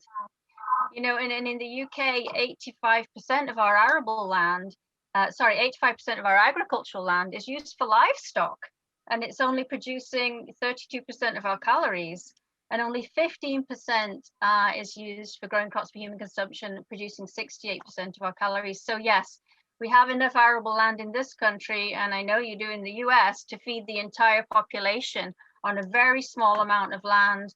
And then the rest can be used for sort of carbon capture, restoring forests. The climax vegetation of the UK is trees. So we can restore trees, we can restore the soil for what Helen's talking about, you know, is regenerative vegan agriculture, where we recycle the nutrients and the soil organic matter back into the soil in a closed loop system. You know, so what's been said tonight, I agree with both. We need to lobby the government, but we also need to grow this movement out, you know, horizontally, this movement of small farmers who are farming. I'm not going to say farming without animals, because that's a misconception. I'm going to say farming without livestock, because the land naturally has all these wild animals. The soil has worms and termites and nematodes, and we have, you know, geese that are grazers. And so, you know, we have the natural animals who recycle nutrients. You know, the irony of the regenerative agriculture, the livestock people, is it was livestock that took away all of nature. It was intensive farming that decimated our wildlife. And now they're saying we need the cows to bring it back. I mean, it's absolutely twisted. What we need is to get rid of the livestock and let the earth regenerate itself, and let these animals. You know, there's a wonderful article by Nassim Nobari, and I know Helen knows Nassim, and it's called A Million Tiny Cows to Regenerate the Earth, or something like that. It was in a magazine, and it's brilliant. And it talks about the work of Dr. Amir Kassan, and he's saying, you know, we have 1 million tiny cows in the earth that were made to do this job of recycling nutrients and organic matter, that a grasshopper eats more organic matter than a cow, you know, and it does a better job. So let's just let nature, you know, restore itself. Let's get back to what we know. You know, you go to a forest, and we don't say, oh, we need cows in the forest to make the forest better. The forest is doing it itself. It's recycling the nutrients. It's got the organic matter without humans messing with it, you know, and that's what organic agriculture aims to do, is to restore us back to nature, basically. Sorry, that I went on a bit of a rant there. Sorry about that. Lawrence wanted to jump in. Lawrence? No, I was just, as a farmer, I was just going to comment about regenerative agriculture and the role of cattle. The reason we have farmers argue for cattle is because it funds the regenerative phase. In my grandfather's day, traditional farming was an exploitive phase and a regenerative phase. That's how farming systems worked. Now, basically, in the regenerative phase, we sow grass and clover lays, and then in order to gain an income, we use ruminants to graze the grass to provide us with cash flow. That's why these regenerative, like Gabe Brown, support that system, because it's giving them a cash source, which is, after all, it is a business. Farmers do need a source of income. But there is another way, and of course it is through fiscal intervention. We just pay the farmers to grow these green manures, incorporate them into the soil. We need to regenerate our soils. There's this bit of a misnomer to think we can take away 80% of the land. Yes, well, that 80% is for livestock farming. But you've got to remember the other percentage, most of that soil it needs regenerating. It's severely eroded. It needs to be taken out and rested. We need to take farmers off this commodity treadmill. And until we do that, then we're not going to get anywhere. So that's what we need to do. But that's the link between regenerative farming and livestock. And let me ask you, Laurence, how many cows do you have left? I have approximately 40. And 40 so beef there's stocks, little there's calves. a question. Yeah, are they breeding still, or No, breeding? they're stores. They're stores. They're stalls. They're castrated. Okay, and so yeah. Good. Okay, and so the other question is: so have you been having conversations with sanctuaries about the animals, or what? No. This is the other assumption that vegans assume that farmers can afford to donate their animals to a sanctuary. Unfortunately, I'm not in that situation, and I think people need to be made. Well, I know Rebecca feels strongly on this one. We just can't afford to do it. We've got our bills to pay. If I go and donate my animals to a sanctuary, which I probably could, I'd get blacklisted by my bank, and I wouldn't get the capital to evolve the business. So we've got to get away from that. Not everyone has that choice, and I think it's wrong to assume that every livestock farmer does. And you know what's interesting? I'm glad you're bringing this up, because vegans jumped my butt whenever I first went live and vocal about buying my husband's cows. Back in 2015, or 2014, when I went vegan, my husband we're going to get a divorce, and he was going to sell the herd, and we were going to get out of business. Because he owned the herd, he owned the land, and there was no way he could even think about, anything else. Now, he will tell you today, he said, man, if I had it to do over again, I would have just given you those cows. I had to go live. I had to go public and raise the money to buy his then 30 cows from him to start a sanctuary. Because see, ethically, what happened to me, this is what happened. Ethically, I personally could not see those animals go into the food system. They had become like my dogs and cats. I started seeing them through a different pair of glasses. So I was motivated with everything in me to figure out what I had to do to save them cows, because my husband would have just sold them all. And we wouldn't be having this conversation, frankly, had I done that. We wouldn't have the Rancher Advocacy Program had I done that. And my husband now says boldly, I wished I would have just given them to you. Yeah. I think it's a good if we could come up with £40,000 to give Laurence, for his 40 cows, more than that, when you ask a farmer to give up their herd, you're asking them to give up, 3 years' salary or their checking and savings account at the same time. And it's a lot of money to raise, and then to support the sanctuary that takes them. And what that struggle's about, Renee. I'm saying people maybe can have a little bit more compassion now for what my husband had to do. It was freaking hard to do what we did. It put us through all kind of misery, so I understand completely. Renee, I've learned one thing in life: there is no compassion. Not from anyone, not from the consumer, not from the banks or big ag or anything. We live in a ruthless world, and I think people should realize that. Consumers say one thing but do another. They demand cheap food. That's why we have CAFOs and intensive farming. I think people are being a bit misjudged on that one, but at the end of the day, I'm trapped, and Jane has said this. I'm glad she shows in the previous summits that farmers don't have choices. I have a legal charge over those animals. If I donated them away, I would have no access to any funding in the future, which I need. But I do understand where you're coming from. Personally, I've been through tragedies myself. It was in Rebecca's interview, so I do understand, Renee. I admire you, and I'm pleased that there's the rewilding going along.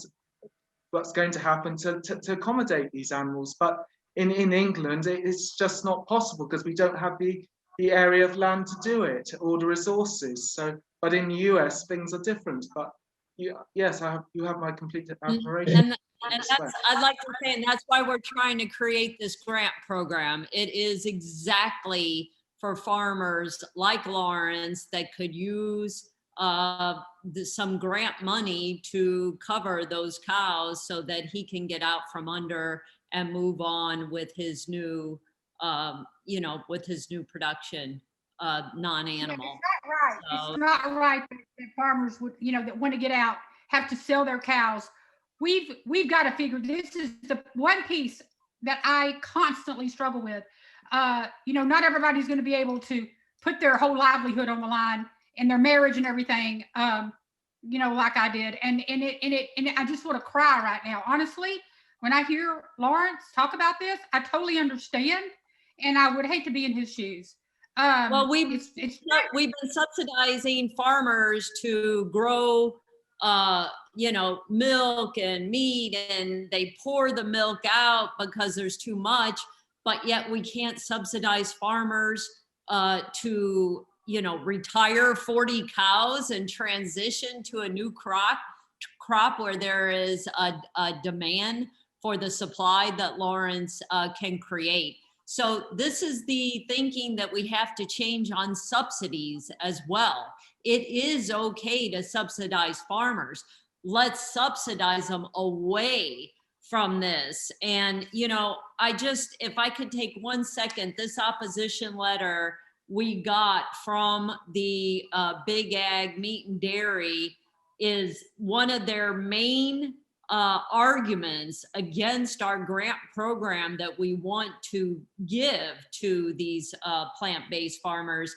They say dairy and livestock production beyond, and this is a bunch of BS, but beyond providing high protein, nutritious food sources for human consumption, help control wildfire risk from vegetative fuel loads in the environment, promote biodiversity through suppression of non-native and noxious weed species, provide high quality fiber, which we know they don't, inputs for composting and biofuel, assist in the management of organic waste and agricultural byproducts, make valuable use of suboptimal non-prime agricultural lands, and provide economic and job opportunities for tens of thousands of families and businesses that depend on thriving livestock and dairy sector. And that was their argument. And you guys just dispelled some of it, but we need to dispel it all, and we need to make it common so that this line doesn't win at the end of the day. What we need to do is to get farmers and ranchers in California to come to Sacramento and testify, and experts to debunk every single one of those lies. I'm going to call that an alternative fact, a lie. It's the animal agriculture is creating the climate crisis, and now they're going through this whole PR move where they try to say that animal agriculture, whether it's the animal regenerative agriculture movement or some other movement, is solving it. Here's how sick our society has become. They are now suggesting and actually have a pilot program to put masks on cows so that not only are they tortured, they are forcibly impregnated, their babies are stolen from them, and they're eventually killed. But now during their horrific, terrible lives, they're going to have to wear masks, walk around with masks to take their burps and that are methane filled, and somehow this is moral too late for that. Good God. Moral degeneracy. And if you think about it in history, when great civilizations collapse, it is moral degeneracy. It happened in ancient Rome when the system becomes so corrupt that it does not serve the people, it serves only those in power, it will ultimately fail. So we are at a crucial juncture right now in time. And the idea that a perfect solution, ending factory farms, is a bill proposed by a US senator that people consider it unrealistic because it actually targets the problem. That's a lack of imagination too. I'm not saying that strategy isn't important, and I understand why people would say that too far, too fast, but we're running out of time. Let me ask a question. Let me ask you a question, Jane. You know, Dominic said a while ago, and he was right, you know, and Judy, you know, how, and Dr. Rao, we can't trust, how do we trust a corrupt system that has let us down time and time again? How do we trust a corrupt system that they're going to reform it? There's so many powers that be. Yeah, it's changed and it's making laws, but we need to be a part. We have to go toe to toe with the big ag. I mean, you see this letter that has every logo of big ag on it. We need globally letters with everybody's logo who's in this movement. If our voices overwhelm these voices, we will be heard, but they have been organizing way before many of us went vegan. I'm going on being vegan 30 years, but they've been around since the 1800s as the largest lobby in the state. That's what's going to be so hard. I remember seeing our name, Rowdy Girl Sanctuary, in the Rancher Advocacy Program, along with PETA and others, on some list that animal agriculture has as threats to their industry. I mean, we are considered threats, you know, and one of the problems we have as a movement is we are always got all this infighting crap going on. I mean, we got to put principles before personalities. If we're going to do this legally, we've got to be able to come together. And I don't know how we're going to do that, because on one hand, I hear you, and on the other hand, I hear Dr. Rao when he says, we can't fight the system, we got to create a new one. So we have got to figure out how to create this new system. And a system, by the way, that doesn't have to send these I mean, it just terrifies me and makes me sick to my stomach to think that cattle ranchers have to send their animals to slaughter to transition. It makes me. Ultimately, this is a consumer issue. Yes, yeah. None of these. Yes, Jane, this is every. Sorry for butting in. This is everything to do with this is going to be consumer led. It was a consumer problem. The demand for cheap animal products. This is the reason we're in the mess today, is because of consumer demand for cheap animal products and the supermarkets.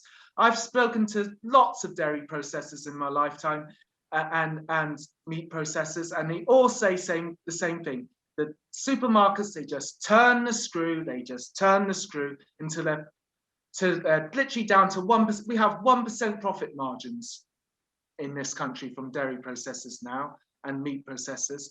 And how can you run businesses like that? But at the end of the day, it is up to consumers to educate themselves. Veganic, which I was on Veganery teaching a livestock and a beef and dairy farmer teaching vegans about their own agricultural system last Friday. So that says everything, doesn't it? So we got to educate the consumer. They've got to be able to identify sustainable farming systems, which is veganic farming is the ultimate #1 sustainable system. We have to get our governments on board. They have to start understanding agriculture, and time is running out. Yes, of course, animal ag is the key driver of global warming. It's the minimum of 20% of global greenhouse gas emissions, and it's going to increase. I was just reading yesterday that global dairy production is expected to increase by 17% this decade, principally from India and Pakistan. Beef production, 20% supposed to increase. And that's coming from... Big companies are working with phony environmental groups giving animals. We must stop animal gifting, because what happens is every time there is a red flag about a very profitable industry in the United States, let's think about tobacco. What did they do? Oh, tobacco became politically incorrect in the United States. They exported it to foreign countries.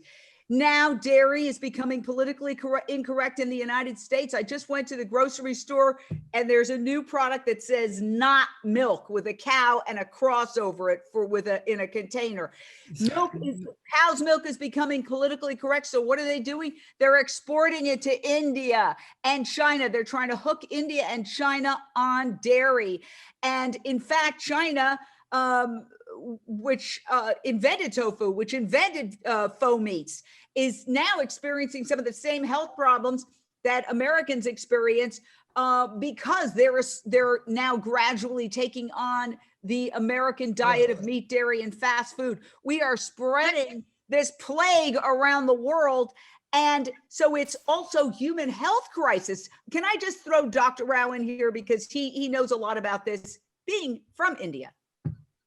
Yeah, I wanted to just jump in and say that is colonialism 101, what they're doing with the dairy, because 70% of Indians are so-called lactose intolerant. I really call it lactose normal. You know, we cannot digest lactose. And yet dairy is being pushed on Indians. Dairy is being pushed on the Chinese, who are even 80% or more lactose intolerant or lactose normal. You know, and so this is just colonialism, you know, making people eat food that's going to make them sick so that they can become customers for the pharmaceutical industry. So this is why India has become the diabetes capital of the world right now. Yeah, this bad food being pushed on Indians. I mean, the fundamental diet of India was always vegan. You know, dal and chawal was vegan. I mean, dal, chawal, roti, sabji, these are all vegan products that we were eating. This is our normal diet.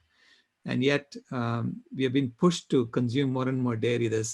And the government is in on it because the government is part of the same colonial system. So Laurence is absolutely right. You have a ruthless system that is all about exploiting nature, animals, and people in order to make money for a few people. Ultimately, it only goes to a few people. Okay. So when you have a ruthless system like that, which is based on foundational axioms that are false. So I say there are two. This is really a double Galileo moment in human history. Okay, Galileo only had to say that the sun does not go around the earth goes around the sun. And that ignited the scientific revolution, okay, in the 17th century. In the same way, now we have to overturn two axioms. One is the axiom of consumerism. Happiness does not come from consuming and from stoking and satisfying a never-ending series of desires. That's what all these ads are all about. So we are steeped in a system that's based on the axiom of consumerism.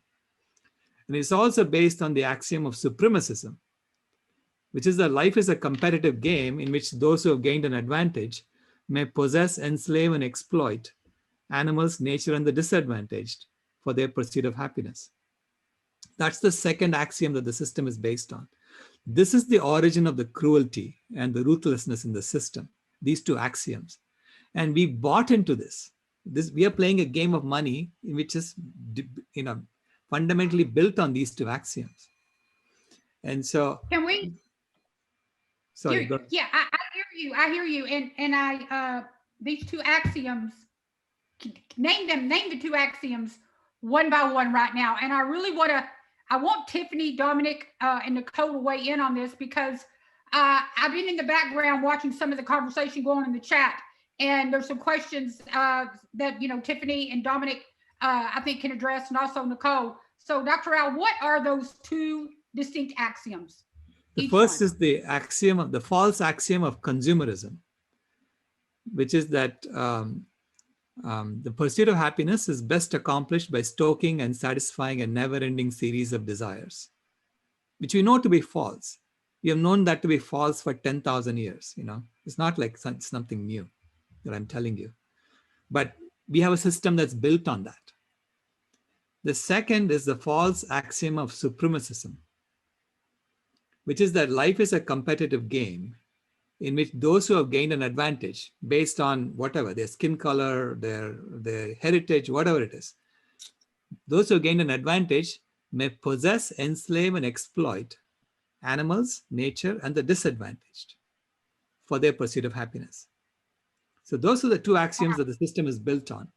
And we need to overturn them So we need to create a new system based on the correct axioms. What are the correct axioms? The first is the axiom of inner peace, which is the pursuit of happiness is best accomplished by seeking it within ourselves. We need to teach that to children. We need that to be the foundation of the new system. And the second is the correct axiom of unity, which is that all life is one family in which we each bring our unique skills to give all we can, receive all we need, and become all we are. And we need to create a better way. And there isn't a better way to do that. And I'm just doing it in the interest of time. There isn't a better way to do that than folks like Tiffany and Dominic that are working in local communities. Local communities coming together, creating the change locally, right where we live, and bringing it outward. You know, how can we do this? Tiffany, Dominic, what are your thoughts after listening to all this? And also Helen, you too are participating in a local fashion. I would love to hear your thoughts as we move towards the end. Ask Dominic. I want to ask Dominic a direct question. African Americans are the fastest growing segment of the vegan movement, which I've read several times, and it's very thrilling. And also there is a move now, obviously, to review history. There's the Black Lives Matter movement. And while protests are great, leveraging one's pocketbook is perhaps the greatest way to harness political power. What would you say if communities of color decided we are going to boycott meat? In fact, in Iowa, Joe Enriquez Henry, who represents Latino, mostly Latino, but people from 30 different countries, slaughterhouse workers who've been dying of COVID and getting hit by COVID and suffering in many ways, he started an organization called Boycott Meat. He didn't do it to be a vegan, but he's become a vegan. And he strongly advocates communities of color harnessing their dollars. If communities of color just pulled their fast food dollars, it would collapse the meat and dairy industry. What do you think of that movement, Dom? Before I jump in, I don't want to jump ahead of Tiffany. Tiffany, did you want to give input first before I jump in, or you want to come after? I do, because when we talk about communities of color, we're talking about vulnerable and marginalized people. They don't even have access to food. So we're talking about food deserts. So they don't have access to fresh fruits and vegetables to even be vegans. So when we talk about we have to be very careful about the things that we are talking about in the people we're trying to pull into the conversation, because I am a farmer. I'm a Black farmer in the state of Texas, in a city where farming for us was taken away purposely. So to be able to come back to agriculture, I don't look at all that animal farming and all of this different stuff. For me, it's about being a part of nature. It's about taking care of the earth. It's about the climate and stuff like that. So if I have a small homestead or something like that, and I want to have some cows or whatever, that's what I'm going to do. If I want to have a section of my farm that is dedicated to growing plant-based things because I don't necessarily want to use manure-based compost, then that's what I'm going to do. But to say, I don't think that'll never happen. You'll never have one community of color just all together say, we're gonna go vegan. That's just not gonna happen, because one, they don't have access to food, and the way we eat, there's a culturally appropriate way to eat. And that even happens within veganism. I just believe so, because, you know, I'm Black and there's some things that I don't eat as far as vegetables. But as I think this conversation is a very hard conversation, because I feel like we're skipping over things. First of all, who are these farmers we're talking about? These big farmers, big pharma, big ag in the United States, those are all white men. Like, who's farming? There's no people of color farming. So when we talk about doing all of this stuff, of course we can do it and we can make it happen. We need to bring in the new generation of farmers. We need to bring in farmers of color, the young people, these youth who are out here who already have these things planned out and want to accomplish them. They just don't have the access, and we are the access and we are the resources. So when we connect with our youth, allow their ideas to move forward and let all of this stuff come together. It just seems like a lot of going at you with, we need to do it this way and it needs to be done like this. And we dying right now today because Black people don't got access to food, period. So whether or not they got access to vegan restaurants, to me, that don't matter because they dying because they can't eat. So we need to be talking about growing food, period. And we need to be talking about creating the environment to do that, because our environment with climate change and stuff like that is bad. It's hard to grow food, period, regardless of if you using cattle or you going plant-based. We're talking about taking farmers who are already vegetable farmers and telling them, okay, stop using manure, go plant-based. That's cool. It sounds good. We can do that. But what's that going to cost me? I got 4 kids. You know what I'm saying? So, but like I say, that's something that I already do every day.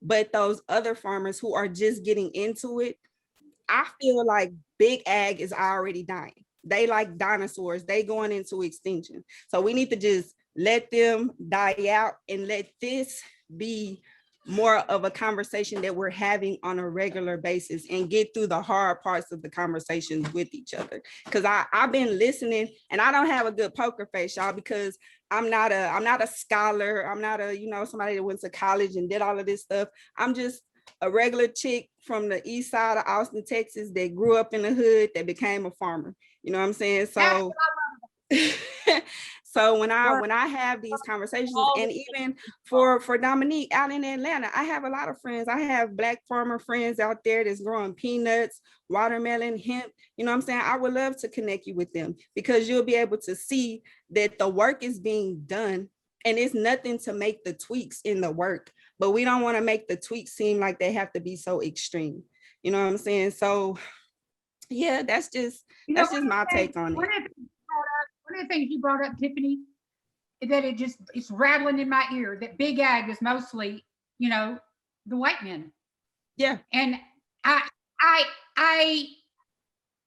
it's amazing how I explode sometimes with truth. And I know that that's got to be true, because I know that the Black population has just been marginalized in farming communities, period. And it is that way at the top. And I'm going to be doing some more research on that now too. Thank you, Tiffany. And you and I are going to meet real soon on this. And Dominic. Yeah, it's a lot of information that Tiffany just said that I definitely mostly agree on, without a doubt. That's what I wanted to give her the floor. Like Tiffany, I don't have a poker face, and I don't restrain myself. I'm a straight shooter too. And it's just not big agriculture, big farming that is mainly white men. It's farming in general. If you guys do the history, you already know Americans' history with giving a lot of white families the opportunity to do farming, and pretty much didn't give any Black families any opportunities. There's still a lot of different lawsuits and a lot of different, all types of initiatives that are happening backdoor and publicly, all because of that. And like every other thing in American history, when it comes to Black families, we are all playing catch up in many capacities. So I agree with Tiffany, because it like Tiffany, it angers me to hear these solutions, these wants, these asks, but it's just not as easy, especially when you're dealing with a whole group that's been facing different challenges from a society that's just been strictly biased and in favor of one group of people. And if anything, that I hope a lot of people learned in the last year during the Black Lives Matter was to do some unpacking and do some educating. If you haven't, you guys should probably go back to that if you're listening, to understand why a lot of people like Tiffany and myself are so passionate about this topic and other topics, especially when it comes to our culture of people. Now, one thing I do disagree on is the fact that what's killing our people. Yes, we have a lot of food deserts, but we also are allowing these businesses to come into our communities that continue to promote poison. What are we talking? Liquor stores, fast food restaurants, and more into our Black communities. And we are social. We have been, a lot of us it's just an educational piece, but we've been conditioned to believe that animals specifically is food, and it's not. If you look at our physical attributes, if you look at the rationale and truly look at the deep origins of humanity itself, we're engineered by natural selection. This is science, y'all. We're engineered by natural selection to eat plants specifically. This is made for picking. These are not made for claws. We don't have the physical attributes to consume animals in the capacity that we've been believed, even through the slavery years that was passed on. Most natives in warmer climates were fruitarians. It's science to back that up. And a lot of our diet, specifically in the Black African American community, was just adopted and from what our slaves provided for us, including pigs and pork. I've seen something in the chat about Iowa producing. Iowa is #1, I think. Still, they fight hand in hand with North Carolina with being the largest hog producing state. But everyone that's listening, if you're not vegan or not, when you buy from animal agriculture, you're supporting environmental racism, especially if you're buying pork. Okay, and that's so critically to understand, because North Carolina is the second producing hog in state, where those farms, factory or not, are strategically placed in Black rural communities where they are the highest demographics being admitted to the hospital due to the lagoons spilling into the wastage and more. So it's almost contradictory and also hypocritical for us to be consumers buying animal products that are doing so much damage to our own people, especially Black people, but also ecosystems. It's just not sustainable, and it's just unkind in many capacities. Lastly, I just want to say this too. We have to realize, as a group of people on this panel and people that are listening, there's close to 8 billion people in this world. That means we're all going to wake up tomorrow with close to 8 billion different perspectives, points of views. You have some people that are religious, spiritual, Christians, Muslims, atheists, and more. We have to understand that not everyone's going to be uniform in their thoughts. And we have to work together to hopefully understand each other's ways and to get along, because we got one planet, one shot, and one life.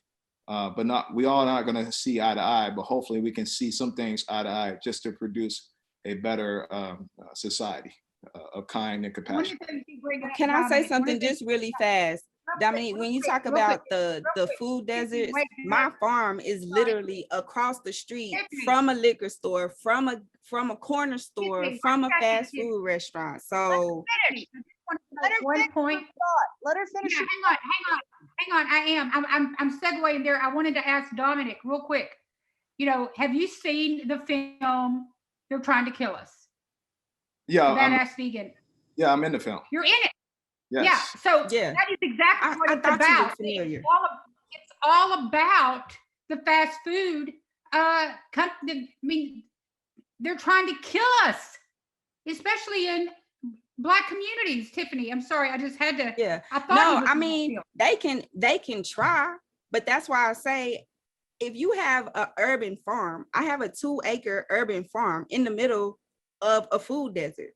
Yep. So that I can't hear that, because you have a liquor store, the Dairy Queen, a corner store, and a half beat up grocery store across the street from my farm. I can walk across the street with produce and take it to the corner store and ask the man in the corner store if I can leave my produce here. I can do the same thing across the street at the grocery store. I can give away produce as people walk by every day. I can open up my doors on my farm to the community and feed the people. You know what I'm saying? Like, not everybody is eating on that level. Not everybody is going to a vegan restaurant. Some people just got to get it how they live out the community. So if we're going to be using farmers to grow food, they need to be growing food to feed the community, because not everybody can afford to go to the Jamba Juice to get their nutrients. You know what I'm saying? Oh. So are we feeding those people who are really vulnerable and marginalized, whose health and wellness is really poor? You know, so that be where my mind be. Having debates and discussions.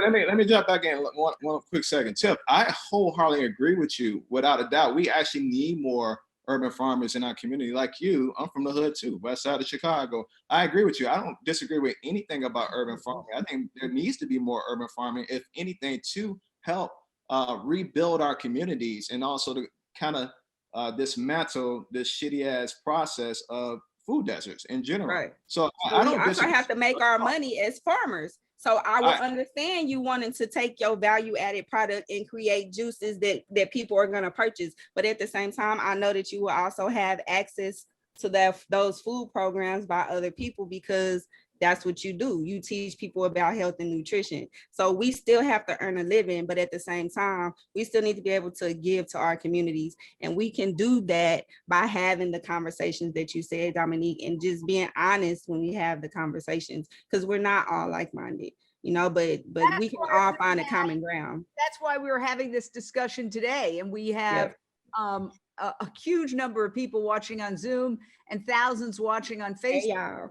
Get different views in there and have a dialectic, an argument and a counter argument to reach a higher understanding of the given subject matter. And the given subject matter is our fundamental question that we started with, that is the heart of every RAP Summit. How can we transition farmers and ranchers so that they can thrive on their land without using animals? And I do hope that in some world we can marry people who are hungry and desperately needing good food, good fruits, vegetables, nuts, grains, and legumes, with the farmers who desperately need to start making those and get them together. And that's all we're trying to do here. Judy, you have your hands up, and then we're going to have to move on a little bit because we're run over. Yeah, we've got Helen. Go ahead. I just wanted to say that one of the biggest forms of racism is exactly, getting those fast foods and liquor stores in Black neighborhoods. And, if we are subsidizing farmers, why aren't we subsidizing more of being able to give Tiffany money from the government to grow her food for her community? Because if I can pay $2 for a Big Mac, fries, and all this that's gonna fill me up, and the same $2 is one head of cauliflower, guess which one in Tiffany's community they're gonna pick? Tiffany, just shake your head. Am I right or wrong here, And so knowing that, that's why we have to change laws. That's why we got to shift the subsidies. And that's why, yes, it would be nice to replace the system, but we got to know how to work within it and get these changes now. That's all I was wanting to say. Thank you. I would love to, I appreciate that. And I really want to hear from Helen Atto, because she is also farming in her own community. How do you see this being addressed in your community, Helen? I want to say that I really agree with Tiffany, and then I'm going to tell you where I disagree. And part of why I disagree, Tiffany, is probably for the same reason that Dominic does. One of the people that farms the way I do is Eugene Cook. I nearly fell off my chair once listening to him, and then I got up and spoke next and realized that instead of feeding things to animals, collecting their manure and making compost, I've been learning for the last 20 years, but certainly the last 5 or 10 years, how to get as good a compost, putting that plant residue directly in my compost and on the soil. And Eugene's better at it than I am. In my community, I'm going to laugh and say nicely just what Tiffany said. I am surrounded by old white ranchers. They're all over 60. And it's an old system and it's hard for them to change. And I am trying very hard to have compassion at the same time that I say, look at my corn. It's in this terrible agricultural crisis summer with record heat, record dry, and record fires, my farm is feeding the community, and other people's corn crops are failing because I have a perennialized, plant-based, living root in the soil at all times. There's no bare soil on my farm system.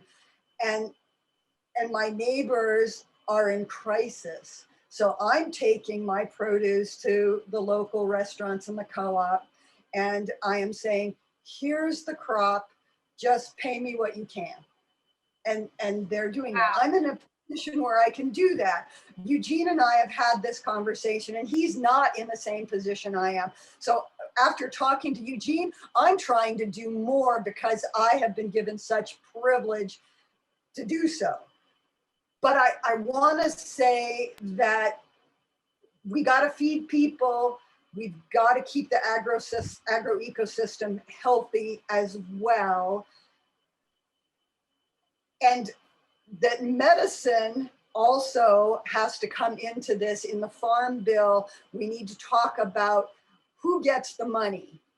And it shouldn't be the big farms and the people who have been getting it all these years. It should be different. But we also have to look at our medical system. In Portland, I've been working with some local urban farmers, and they are getting money from Medicare and Medicaid to help. The doctor has to write the prescription for vegetable and fruit CSA, and then they can support some of these urban farms with the money to have an anti-diabetes and an anti-cancer diet. And it comes from the medical system. So there are many ways to bring this money in.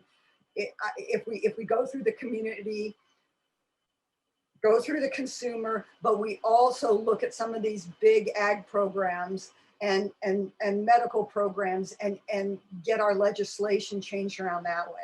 We are thinking outside the box here today to try to answer the question, how can farmers and ranchers transition out of animal agriculture and still thrive on their land?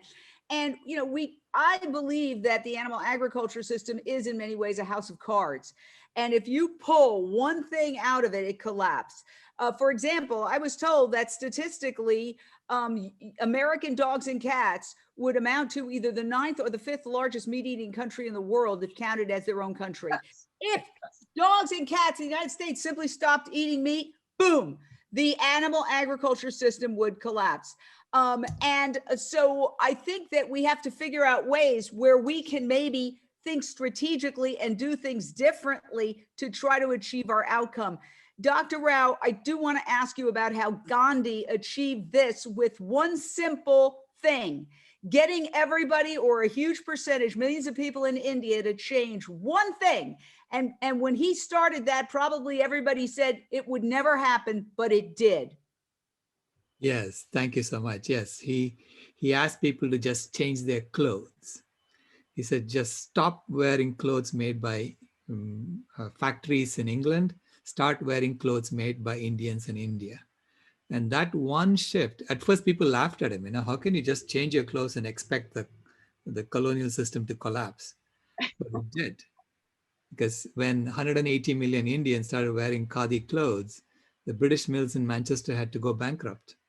And, you know, the British government was on its knees begging to negotiate with Gandhi, because that was the largest industry in England at that time. So that's how the Round Table Conference happened in 1931.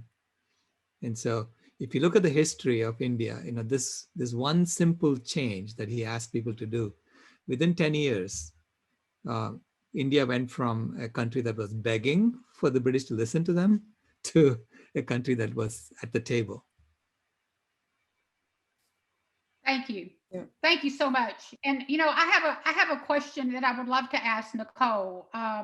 You know, Nicole Rosamarino has a ton of experience in the world that she lives in. I can only imagine that you must think you live in your own country, your own world. I know sometimes I feel like I live in my own country over here at Rowdy Girl, and it's only 147 acres. I dream of being surrounded by thousands and thousands and thousands of acres that are dedicated to the kind of preservation and life enhancing programs that you've brought to the face of the earth. Nicole, how, as a visionary, and you are one, do you see us making these changes?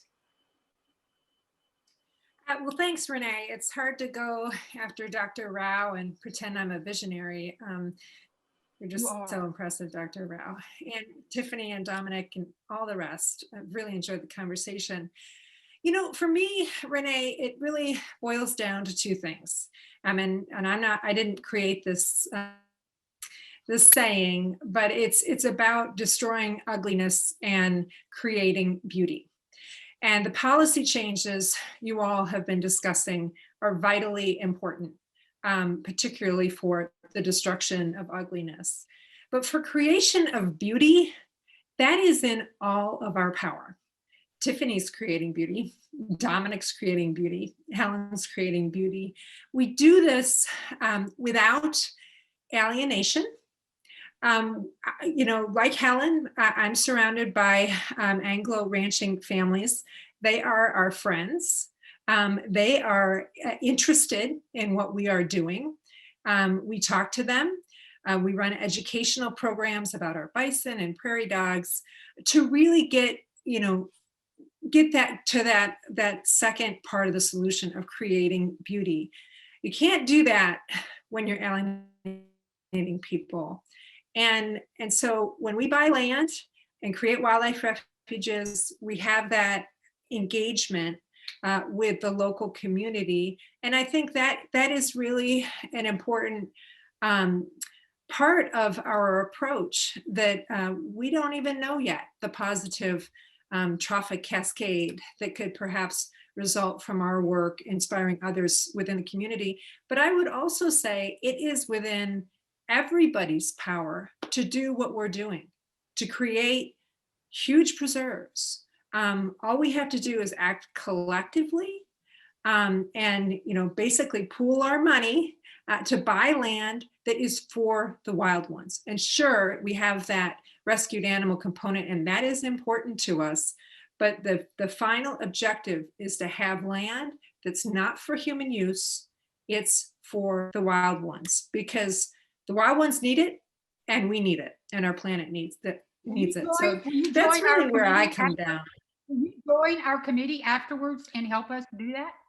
Will you be on a committee with us? You know, well, yeah, let's talk about that. But what I was thinking is, I'd be happy to write a piece about how to create a wildlife refuge in your backyard, because I do think the funding is available. And it's not just about consumers buying products. It's about consumers getting behind ideas and donating their money because of a compelling idea that's permanent, creating a wildlife refuge forever. So yes, I'd be happy to talk with you further, Renee. That's great, Nicole. That's one of the main outcomes I wanted in bringing you on, is to really engage you in that conversation on how we can take action in that regard. Thank you. And Jane, I know we are over time. We're ready to move along here. So if it's okay with you, I'm going to go ahead and thank our sponsors. Of which we could never do this. We have the incredible Miyoko's Creamery, of course, Jane Unchained News, Veg Fund. Miyoko's and Veg Fund are our leading sponsors, our titanium sponsors. We have VDog and Free From Harm, the amazing All Y'all's Food that makes its jerky y'all. That's our corporate sponsor. And we also have a cashew yogurt, local right in Houston, makes homemade cashew yogurt that is just amazing. Hungry Planet is an amazing food that actually sends some food to us that is incredible. We love it. And the Roaring Vegans, love you guys. A new sponsor, Compassion Digital, and we're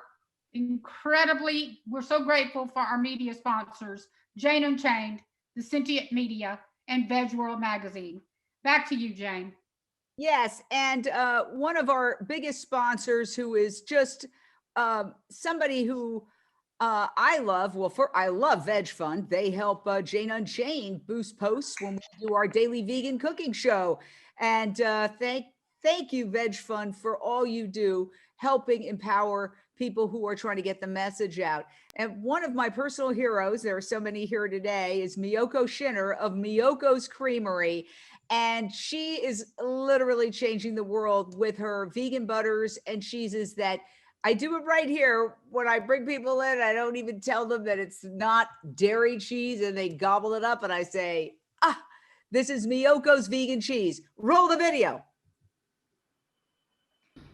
Hi, I'm Miyoko Shinner, founder and CEO of Miyoko's Creamery. The Creamery of tomorrow is based on compassion and sustainability for all living beings. We're located in Sonoma County, surrounded by cows, and I want to make sure that our products will help these cows live their lives as they see fit and not be commodities. We're working with farmers to help them transition to a cow-free economy where they can grow crops to support industries such as ours. Join us in a new tomorrow. And if y'all would sponsor the RAP Summit, our next one, if you're out there, please join us. We are revolutionizing the way we look at farmers, the way we look at farming. And so, Jane, thank you so much for co-hosting this event with me. We could not do this without your dynamic and fierce outlook behind the scenes. You are an incredible force. You have taught me so much. I will tell the world that Jane Velez Mitchell, like she always says, everybody else is her hero. She is my hero. And I may not tell that to her face, but I'll tell y'all loud and proud. Thank you, Jane. I want to thank our team behind the scenes. We've had many meetings to coordinate all the videos and all the guests. Camito, Quan, Ray, Rebecca, and Lisa. Lisa Brown is on vacation in New Orleans and stopped a party with her friends to be here and to do this. So thank you, Lisa. And I wish I had a quarter of your organizational skills. So I hope I didn't leave anybody out, but what? We got everybody. I said, thank God for Lisa. I don't know what I've known that woman for 15 years. I don't know what we'd do without Lisa Brown. Thank you, everybody. It's so exciting. Good luck, Laurence, on your transition, and Tiffany and Dom and Nicole and Judy and Silesh and all the folks here, Ellen. I hope I didn't leave anybody out. Together we can do this. What starts as an idea becomes an action and a movement, and we are going to hit the tipping point. Vegan World 2026. See you next time. Woo-hoo! Thank you guys so much. Love you. Appreciate you. Laurence Candy, I am inspired and motivated by your transition. Thank you.